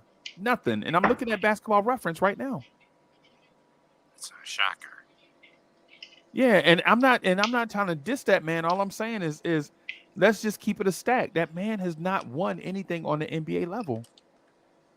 I'm looking for anything. Somebody's something. I don't get it. And I'm not knocking him. I know the guy is good, and I know he will accomplish stuff in the NBA. But to say he's done it, bro, as a matter of fact, I think I said that 10 times already. I ain't gonna keep repeating the same thing over and over. What I would like to talk about though is the emergence of RJ Barrett. Anybody want to talk about the emergence of RJ Barrett? I would, but that I'm gonna go after you guys. I'm gonna wait till you guys finish. Well, for me, I mean, it's taken a few years, but the Maple Mamba's finally coming around. Right. I mean, we got him as what, the third pick in the 19th team draft? Right. And when you compare him to what Zion has gone through, RJ seems like the better and best investment in hindsight. If we gotten Zion, we would have been stuck with a glass cannon who can't keep his appetite in check. Okay. And I'm not lying about that. We've seen that Zion gets hurt almost every other year, right? Okay. Well, speaking about RJ, I'm just gonna say this, and it's gonna sound weird, like I'm just finding stuff to build up RJ Barrett, right? But I think RJ Barrett's emergence coincides with him having a career high assist percentage. I know that seems wild, right? Like, wow, where'd you get that from? Right? But RJ Barrett also has a career high through 5 games, a career high usage percentage. So he's being used more. His assist totals or assist percentage is higher. And so what I'd like to say about RJ is passing the basketball makes everyone better, including yourself. Am I wrong? Am I wrong about that? I see the common theme here you're going with, Freezy. So I see where you're going. Everything that's been a point of contention has been about ball movement and trusting teammates. So I got you. I mean, yeah, it is nice to see. Let nobody can complain. The first quarter of last night's Knicks game, it looked nice. We didn't have everything working, necessarily, but they were making a concerted effort to pass the ball. They were all everyone moving. It involved, looked good. It looked good. I will say that, even if we were missing some shots.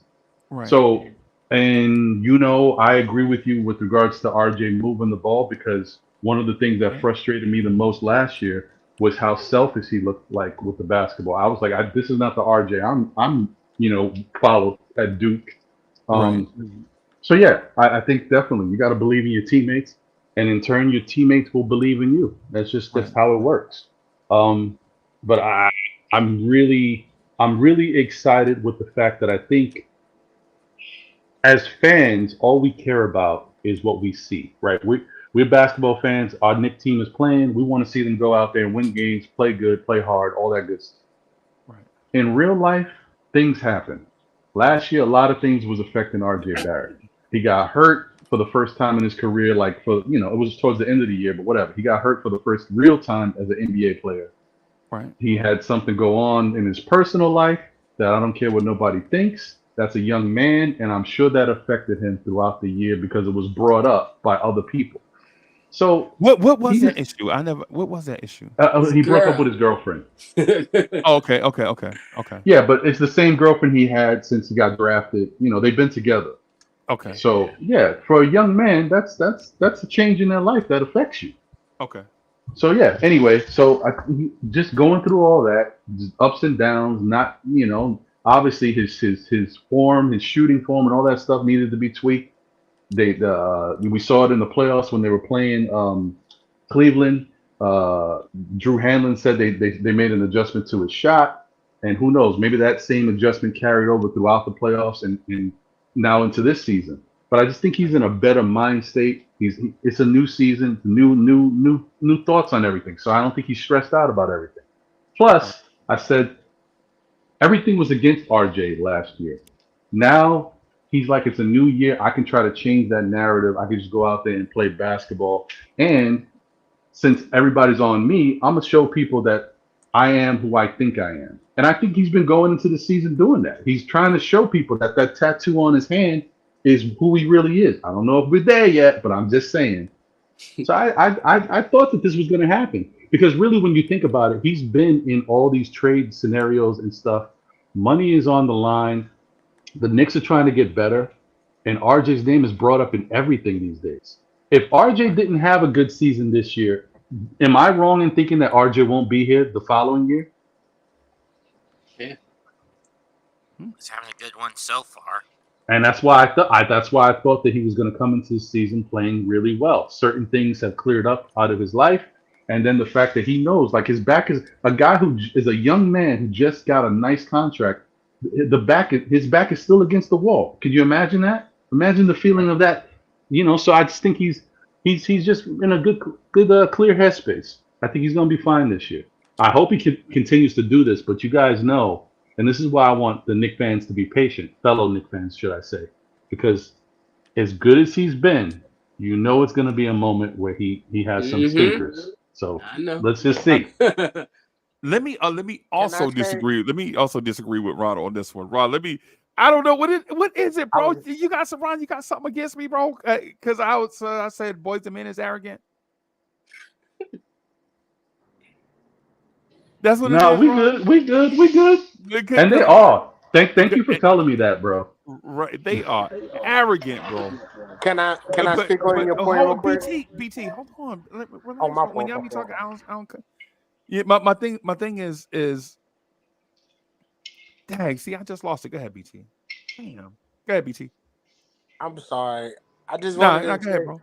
I was gonna say that actually what you brought up is a good point about RJ, because the fact is he's taking better shots knowing that he could even pass out. So if he's going to the basket, he doesn't have the shot. Him passing out gives him a better opportunity to score, because when he has the open shot, he can make it. That helps him with that. Plus, it also contributes with the team as well. So him facilitating helps his game, because now the defenders have to play him either at the rim or play his pass, as opposed to just defensively stopping him at the rim. Okay. Yeah, and the point that Ron, what I was gonna say is to, because I think okay, so the NBA you lost it again. No, the NBA top 25 when the 25 just came out. So you already know there's gonna be a level of disrespect there. Uh, But what I was gonna say is I think RJ Barrett is better because the team is better. I think the team legit is better than it was last year. So it invites the opportunity for improvement because now you can trust better teammates. But I want to say this though. Where is it? Where is it? This.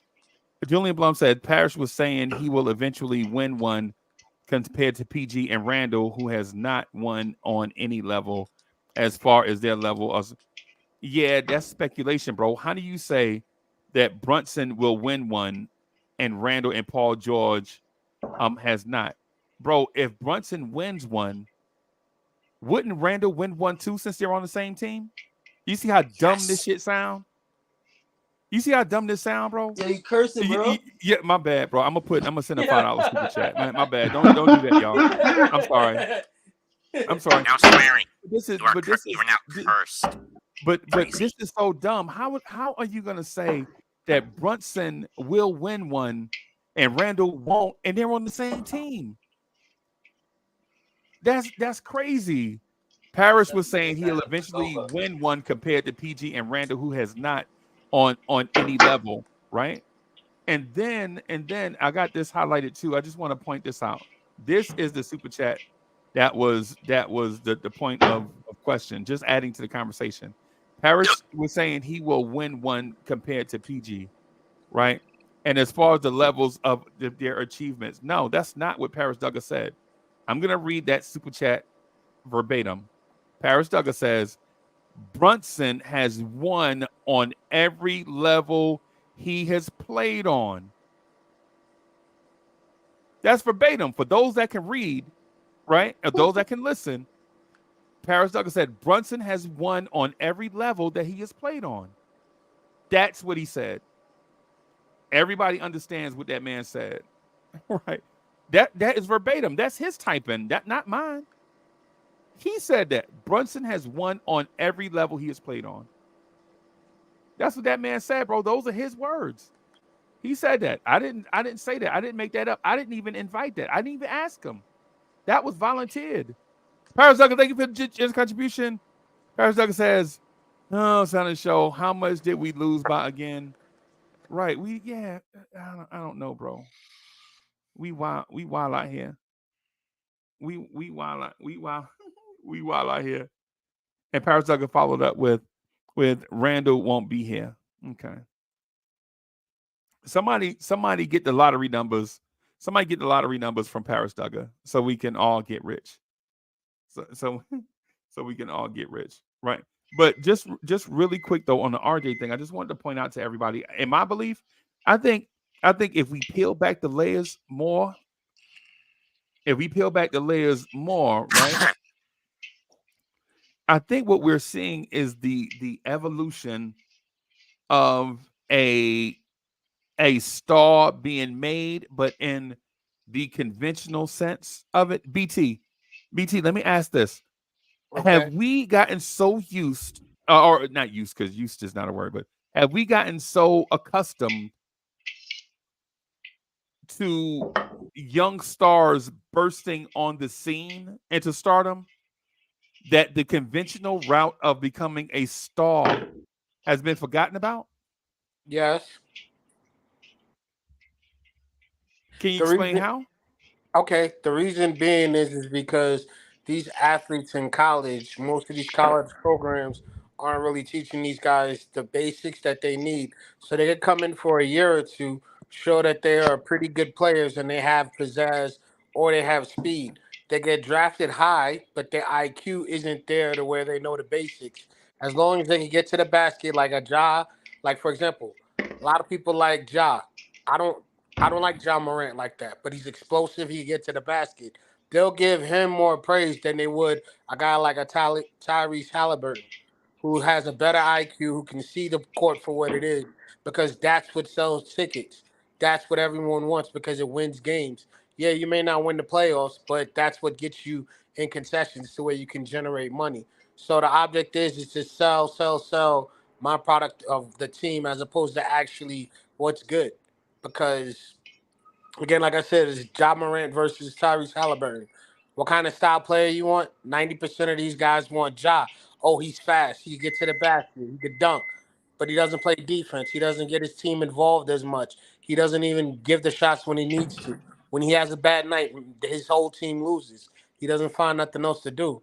But they would rather give him credit because he could score. So it's more offensively driven now than it was before.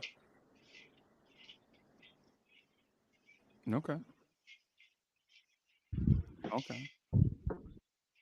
All right.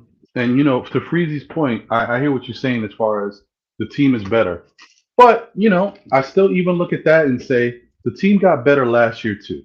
And Right. with the way we played and getting to 47 wins, RJ should have benefited from Julius playing at an all-star level, Jalen Brunson playing at an all-star snub level, Right. the addition of Josh Hart, another person cleaning up and playing defense that he wasn't really providing last year. Right. So he really should have been playing this way last year as well. If we're to think of it in that way, I just Okay. think that last year he just had a lot. A young man had a lot going on in his mind. He never looked like that before. RJ always looked happy on the court. Last year he had moments where he just looked like he was just doing his job. Going through the motions. Yeah. Yeah. Yeah. I feel you. And when I say better, I don't mean better by top end talent. I mean more good players carrying the load. Right. hmm Like Well, like they're definitely better now than that. Yeah. yeah. Yeah. Yeah, Agreed. and so that's what I meant. Like improved, like for instance, you have Dante DiVincenzo in that Deuce McBride role. Dante hmm DiVincenzo is a better player than Deuce McBride. You know what I'm Mm. saying? So Yeah. it's like when you put into context, if everybody that comes on the floor performs their job at least a baseline NBA player type level, then I think you'll see the improvement where cats will have to do less, which means the stuff that they less responsibility means they're better at the stuff that they are responsible for in that context. So I can dig that. yeah, yeah, yeah. And is it important for RJ Barrett to make the All Star team this year to Knicks fans? Not Yes. really, in my view. Yes. Not to me, but I'll let everybody else speak. Okay. I was gonna say yes because it would show that all the hard work and all the hell we gave him the first 4 or 3 years. I mean, yeah, 4 years we had him. We could actually see, hey, he actually put in the work. This is what he is.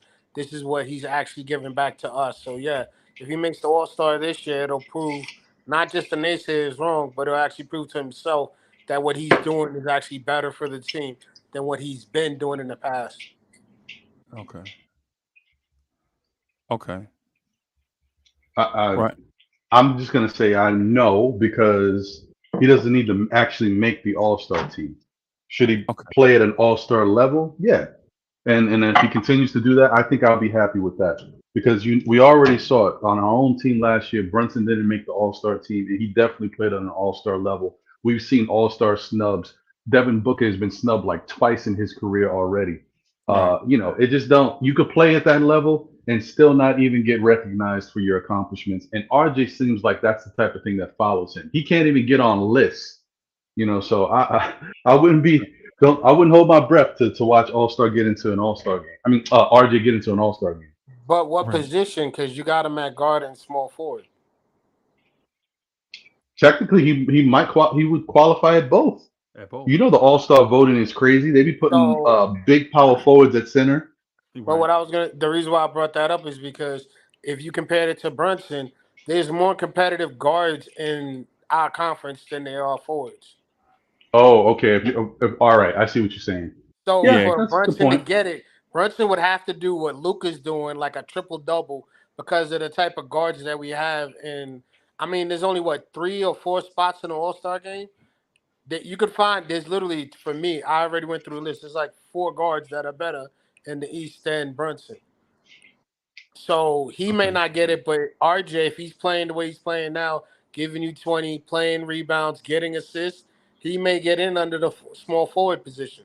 Oh, okay. He might have a And then better that, path. Yeah. yeah, and then that would show, hey, not only was he working with us primarily as a guard, but now he's also qualifying as a small forward. He's a dual threat.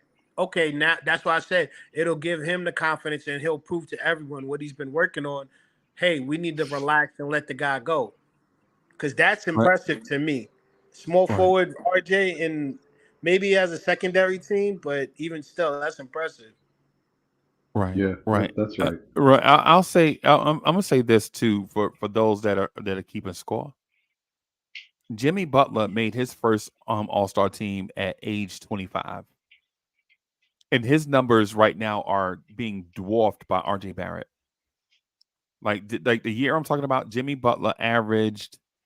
Uh, he shot 46.2% from the floor, 37.8 from three, and 83.4 from the free throw line. He averaged 20 points a game on the dot, 5.8 rebounds, 3.3 assists. The reason why I compared those numbers is because RJ Barrett from day one was in Knicks fans' mind was pushed down that role of RJ Barrett can develop into a Jimmy Butler. Hmm. And the reason why I bring this up is because Jimmy Butler's first 4 years, like out of high school, he was at Marquette. And nobody saw Jimmy Butler developing at Marquette. Right? Let's keep it a stack. We not getting ready to go out here and say, I watched every Jimmy Butler game at Marquette. No, you didn't. Right? But as Knicks fans out of high school, we saw RJ Barrett's first 4 years with the Knicks, and we saw the development process in real time. So we were on that roller coaster of the ups and downs of RJ, right? But if we didn't see that and just saw this year from RJ for the first time, just like age Jimmy Butler at RJ Barrett's age, Jimmy Butler at RJ Barrett's age was 8.6 points a game, 4 rebounds, 1.4 assists. He shot 46.7% from the floor and 38.1% from the free throw line, right? And if RJ Barrett put up those type numbers at age 23, we would say RJ Barrett was a bust, right? And I know the fact where Jimmy Butler was drafted number 30 overall in his draft class, and RJ Barrett was drafted number 3. I understand that. Those are things that we can't account for, right? When you're taken and by whom you were picked, and what that organization is like developmentally when you're there. But what we can say, though, and why it's a decent comparison is because Tom Thibodeau has now had this is his 4th year with RJ, right? And Tom Thibodeau had about 4 years or so with Jimmy Butler in Chicago, and then they reunited in Minnesota. For like what, So, 2 years? Yeah, I think so. Yeah. And so if we look at the evolution of RJ, right, through all the frustrations, all the ups and downs. There were times when RJ Barrett would frustrate us so much that we would want to put him on the first spaceship headed to Mars, right? And then there were times where we remember why we loved the RJ pick. And so RJ has been the emotional roller coaster. And the reason why I asked BT that question is because I think Knicks fans and NBA fans in general are so accustomed to high draft picks bursting onto the scene, bursting into stardom, that we forget that a lot of NBA players have to take their time and stack talent level on top of talent level until they get there, i.e., your Chris Middletons, your Giannis's, right? Giannis in his first 3 seasons wasn't anything pretty to look at. But then year 4, all of a sudden, he was going to be a major somebody, right? So when I talk about RJ, what I want everybody to remember, my stance on RJ is, Ron, were you there? Were you on Nothing But Knicks when Who's Mark used to curse me out every show? I was listening. When I said There were a time like okay, so like I don't want to say the first January because that sounds disrespectful, but there was like a group of us that came in and left, and then came in, and you know what I'm saying.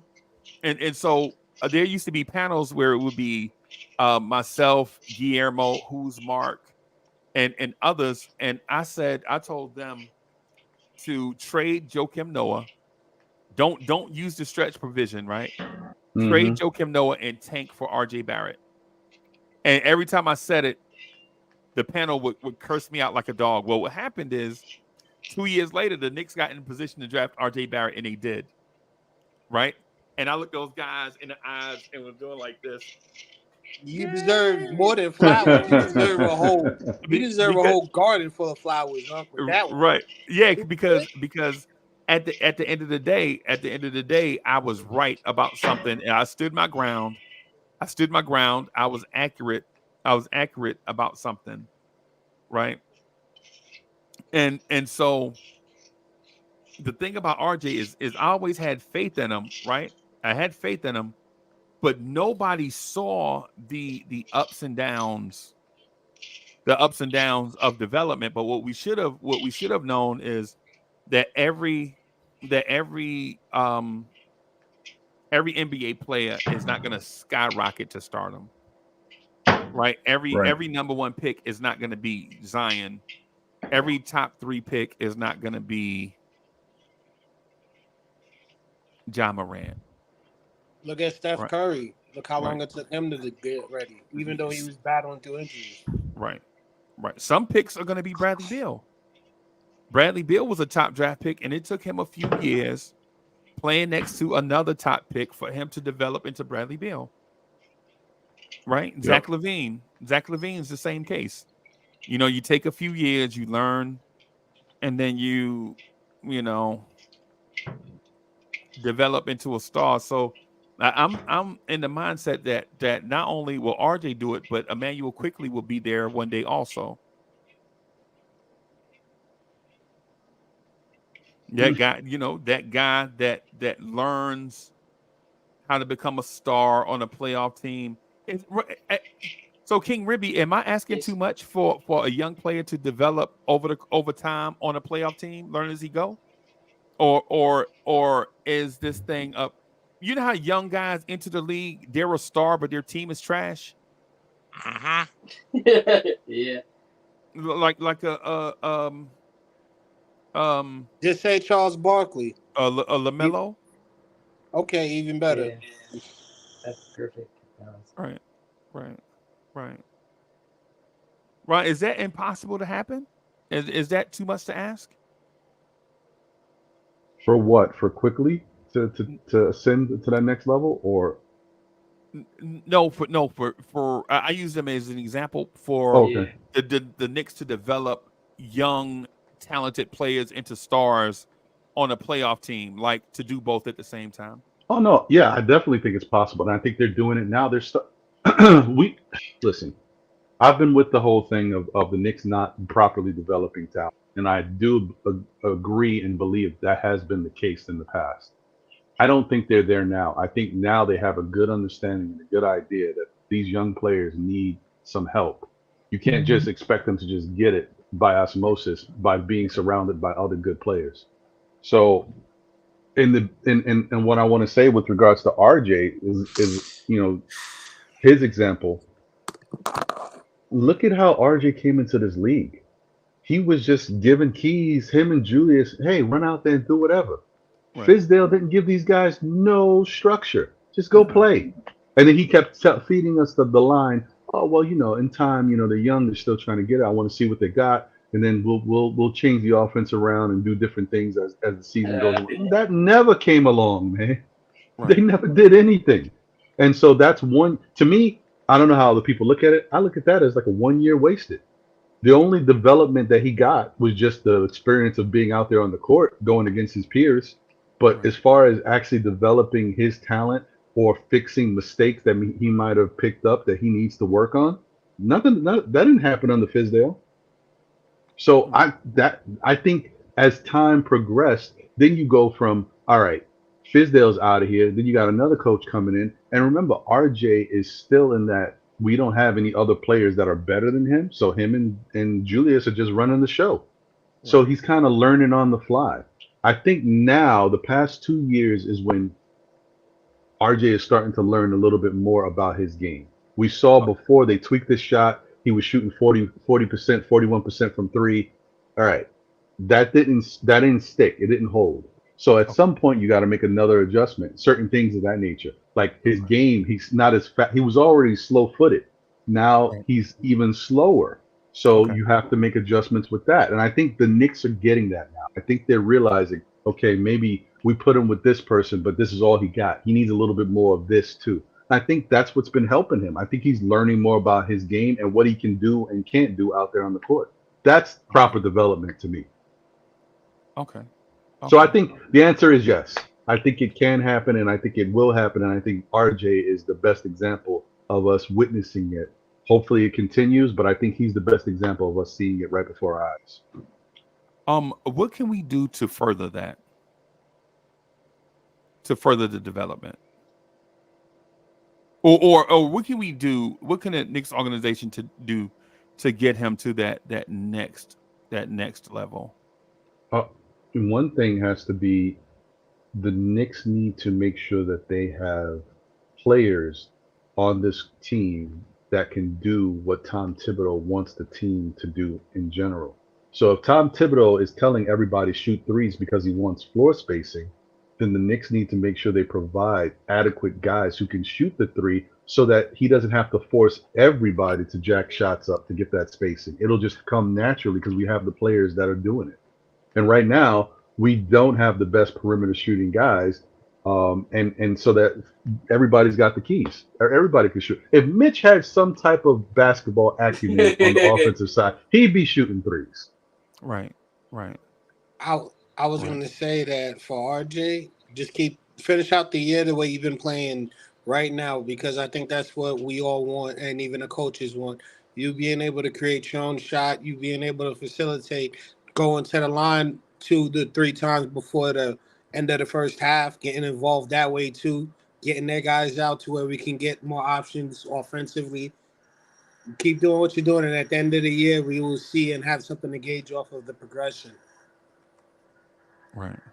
And also, let me just add to that, being comfortable enough to say, hey, I could take this jump shot. If I want to take several 2-point shots, it's okay. And the coach is okay. And the team is okay, knowing that we might not be selling for threes. Because threes don't matter if the shots ain't going in. I was going to say, to be funny, every time he drives to the basket, gets an and one or gets fouled, it doesn't count towards his field goal attempts. So technically, he's sneaking in a couple 4 or 5 extra shots, just trying to be funny. No, I understand. I understand what you mean. I think I agree with you. I understand where you're coming from. I think Ron has opened my mind up to a new line of thinking, because I was in the mindset that the less responsibility you give people, the better they can get at what they already do, or the easier you can make someone's job, the better they get at it. But that was my thing. But now that I listen, I'm not saying that I still don't feel that way. What I'm saying is I think I'm adding more to that palette. Like when I hear Ron talk about that, I think I find that to be enlightening. So, yeah, Ron, I think you kind of pulled me into a space that I never knew was there. You know what I'm saying? Does that sound weird? No, no, it sounded fine to me until you asked me if it sounds weird. Exactly. Right. Yeah. Okay. Yeah. So everybody, I got like 10 minutes before I have to get out of here and get back to making all these weird cold calls. But let me ask this. Do y'all think the Knicks can turn this win into momentum? Are we at a place where we can turn this win into momentum? Yes. Possibly. How do we do it then? Using our defense, even though that the Clippers shot 49% from the field goal, we still were able to keep up with them and keep our defense in it. So rely on our defense and take that open shot. You gotta be kidding me. Serious, No, our defense, the Clippers no, I shot just 49%. no, something a little different. Yeah, I just found it. Just saw this about a couple of hours ago. Oh. But yeah, we could be consistent with this, huh? Okay. Because everybody's involved. It's not all on one person. It's a team effort. Yeah, I agree. Right. So the Knicks have, and the reason why I ask because the Knicks schedule over the next couple of weeks or so are San Antonio, Charlotte, Boston, Atlanta, Washington, Charlotte, Minnesota, Miami, Phoenix, and Charlotte again. So we have Charlotte 3 times in the next 3 weeks. Which one is We the have tournament Miami game? and Phoenix, and possibly, I think. Which one's Yeah, this? But I was gonna say, Freezy. I what you're asking is the question that I was thinking as well. When I saw the schedule, I didn't see as far as you saw. I right, saw, San Antonio, Charlotte, Boston, and I think the Knicks are gonna go on a run, and I think they're gonna beat Boston too. But now that you told me what's coming after that, I'm right, extending my mind to think that the run is gonna be another. Like I think the Knicks can run off 5 or 6 games. right, right. And so I think I'm looking at 10 games. I think it's 10. So over the next 10 games, I can see the Knicks going 6-4, 7-3 easy. That would be perfect. Yeah, I agree. I A agree. little bit too Gotta get much, us at 10-7. right? But It'd be outlandish to say 10. 10-7. Yeah, you said 6-4. I mean, not 6-4. You said 7-3. So we're at 3-4. We'll be at after 10 games because it's 7 games right now. We're Okay. 3-4. So yeah, we'll be 10. Okay. And yeah, I was just agreeing with you. I can see that. Okay. Now, the only caveat, the only bad thing about this schedule with these teams is even though these are winnable games, the NBA throwing the monkey wrench in there with back Right. to backs could mess things up for us. If these Could. games were spaced out and you had normal rest, I definitely think they're gonna win, certain games. But back to backs can cloud things a little bit. Well, Right. they could rest Randall at least a quarter in one of those back to backs and use Hartenstein more to let him get more of the offense under his belt. And they could also do the same thing with Brunson and let the younger guys run it. Take them out a quarter for the back to back games. Well, I think the back to back thing is kind of intriguing in that we play San Antonio, right? And then we play Charlotte at the Garden, and then Boston the next night in Boston. But the intriguing part, even though Charlotte and Boston are back to back, the Knicks have 4 days rest in between between San Antonio and Charlotte. Right? So, and I know back to back games are back to back games, but I think if you get rest, you know what I'm saying?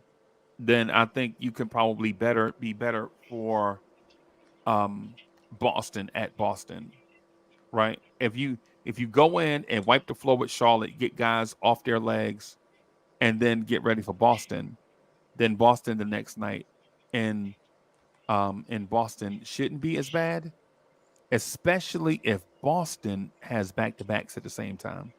Right. That would be great. That would Yeah. be, and so I'm searching right now to see if Boston has back to back that time too. Let me see. The Knicks, And no, they don't. I was just gonna say, Freezy. One of the things you just said is really important. 4 days rest before having to play. My whole thing about the Knicks teams or Tom Thibodeau teams. Whenever the Knicks get a full practice, they come out balling. And the Right, Knicks don't get a lot of chances, especially with these NBA schedules the past 2 years, to get those right, full practices, those good runs. So we'll right. see. That might be it. It may be, but I think 6-4, 73 and 7-3 is reasonable, right? It's not too much to ask. in my opinion, right? To go 6-4 against that schedule, but then after that schedule, after that Charlotte game, you're talking about Detroit, Toronto, Utah, Phoenix, the Clippers, Phoenix, Brooklyn, Milwaukee. I think that stretch right there can put us in a catbird seat, right? If we go in and do what we should do against Detroit and Toronto, right? And then go out and do. Am I seeing this wrong? Do the Knicks have 10 games in a row, 10 days in a row off? I think it's because of the tournament. Yeah. Okay. Because I see 12-1, and then there's a gap to 12-11. Tournament semis and finals. Oh, see. Which is the thing I hate about this year, this stupid incident. Right, because isn't it something weird that the Knicks, not the Knicks, but teams are playing on tournament games like Tuesdays and Fridays, something weird like that. Right. So yeah, that might be off of the regular schedule. Right. Yeah, but Ron, the thing I'm pointing out though is, say the Knicks don't qualify for the in-season tournament. That means the Knicks get to rest for 10 days, bro. That's a lot of juice. That's a lot of, oh yeah, we stretched out, we ready. Like you said, long practices. Yeah, you get guys off their feet. I think that's the reason why there are so many back-to-backs, because of that gap that's in the schedule. Could be. That actually works out for us, because that's after what, 20, 27 games, the schedule you right? Yeah. About 27, 28 games. That'll be perfect. Right. And I guess it would make sense they would do something like that after hitting the Knicks with so many back-to-backs early. They should reward them with a nice amount of time to rest. Right. Well, maybe. All right. Well, it's something. It's an intriguing conversation, bro. I don't know, and chat and everybody listening, I don't know for sure. So I'm merely pointing out to the things that I'm seeing in real time. I don't have all the information. It's an interesting thing for us to figure out. But I think a team like this that plays 100% energy all the time, if they get that break and then get the All-Star break also, then I think this team can be really healthy going down the stretch and into the playoffs. And I know the same could be said for every team, right? But every NBA team is not a playoff team. So for one, it's every 14 teams are not going to benefit from this, right? Because they're not playoff teams, right? And then a few of the teams that out of the 16 teams that make it, generally only 10 of those teams are going to be in that conversation where if everything goes right, they can contend. And then only about 3 teams out of that group are legit NBA title contenders. And you know who they are: Boston's, the Denver's, and then probably some other team. It may be us. It might be us. Hey, Ron, before I get out of here, when is the next time you guys coming on? Thursday night, 8:30 on the Nothing But Knicks network. Okay. It's crazy who's y'all? Go ahead, BT. No, I was just gonna say it's crazy how we don't have any games based off the schedule today. Like there's no NBA games tonight, but we got like 12 of them tomorrow. Oh wow. Yeah, that is crazy. Would make sense. And no World Series. It's only hockey tonight. Yep. It kind of makes sense when you think about it. I mean, today's election day. A lot of the states are doing their gubernatorial and district elections, so possible that some of the venues are being used as polling stations. Right. That makes sense. Okay. That makes sense. Man. Yeah, and that's probably why they wore those vote T-shirts last night. Yeah. Teams had those vote T-shirts on last night. So. To answer your question, Freezie, this Thursday we are going to have a gentleman by the name of Priceless on the show. Okay. He does something interesting and unique. You know, some people I'm sure have never seen it before. He calls it yoga hip hop. So he kind of does different yoga positions and stuff while rapping upside down on his head. He just it's listen. The bottom line is the man got bars, but he does that to just draw attention to his craft. So doing something a little different. But he's really good in the community. He goes to the Boys and Girls Clubs and supports different charities. So yeah, I'm interested to see, and I thought about him because he was at a Styles P event, and that's how I heard about him. So Yeah.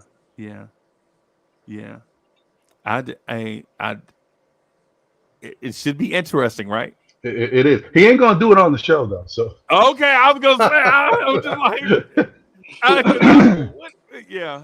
yeah. So salute to y'all, man, and salute to the Nothing But Knicks family, man, and content creators worldwide, man. Appreciate y'all. Go New York, go New York, go. Yeah. With BT said, man, we out of here, y'all.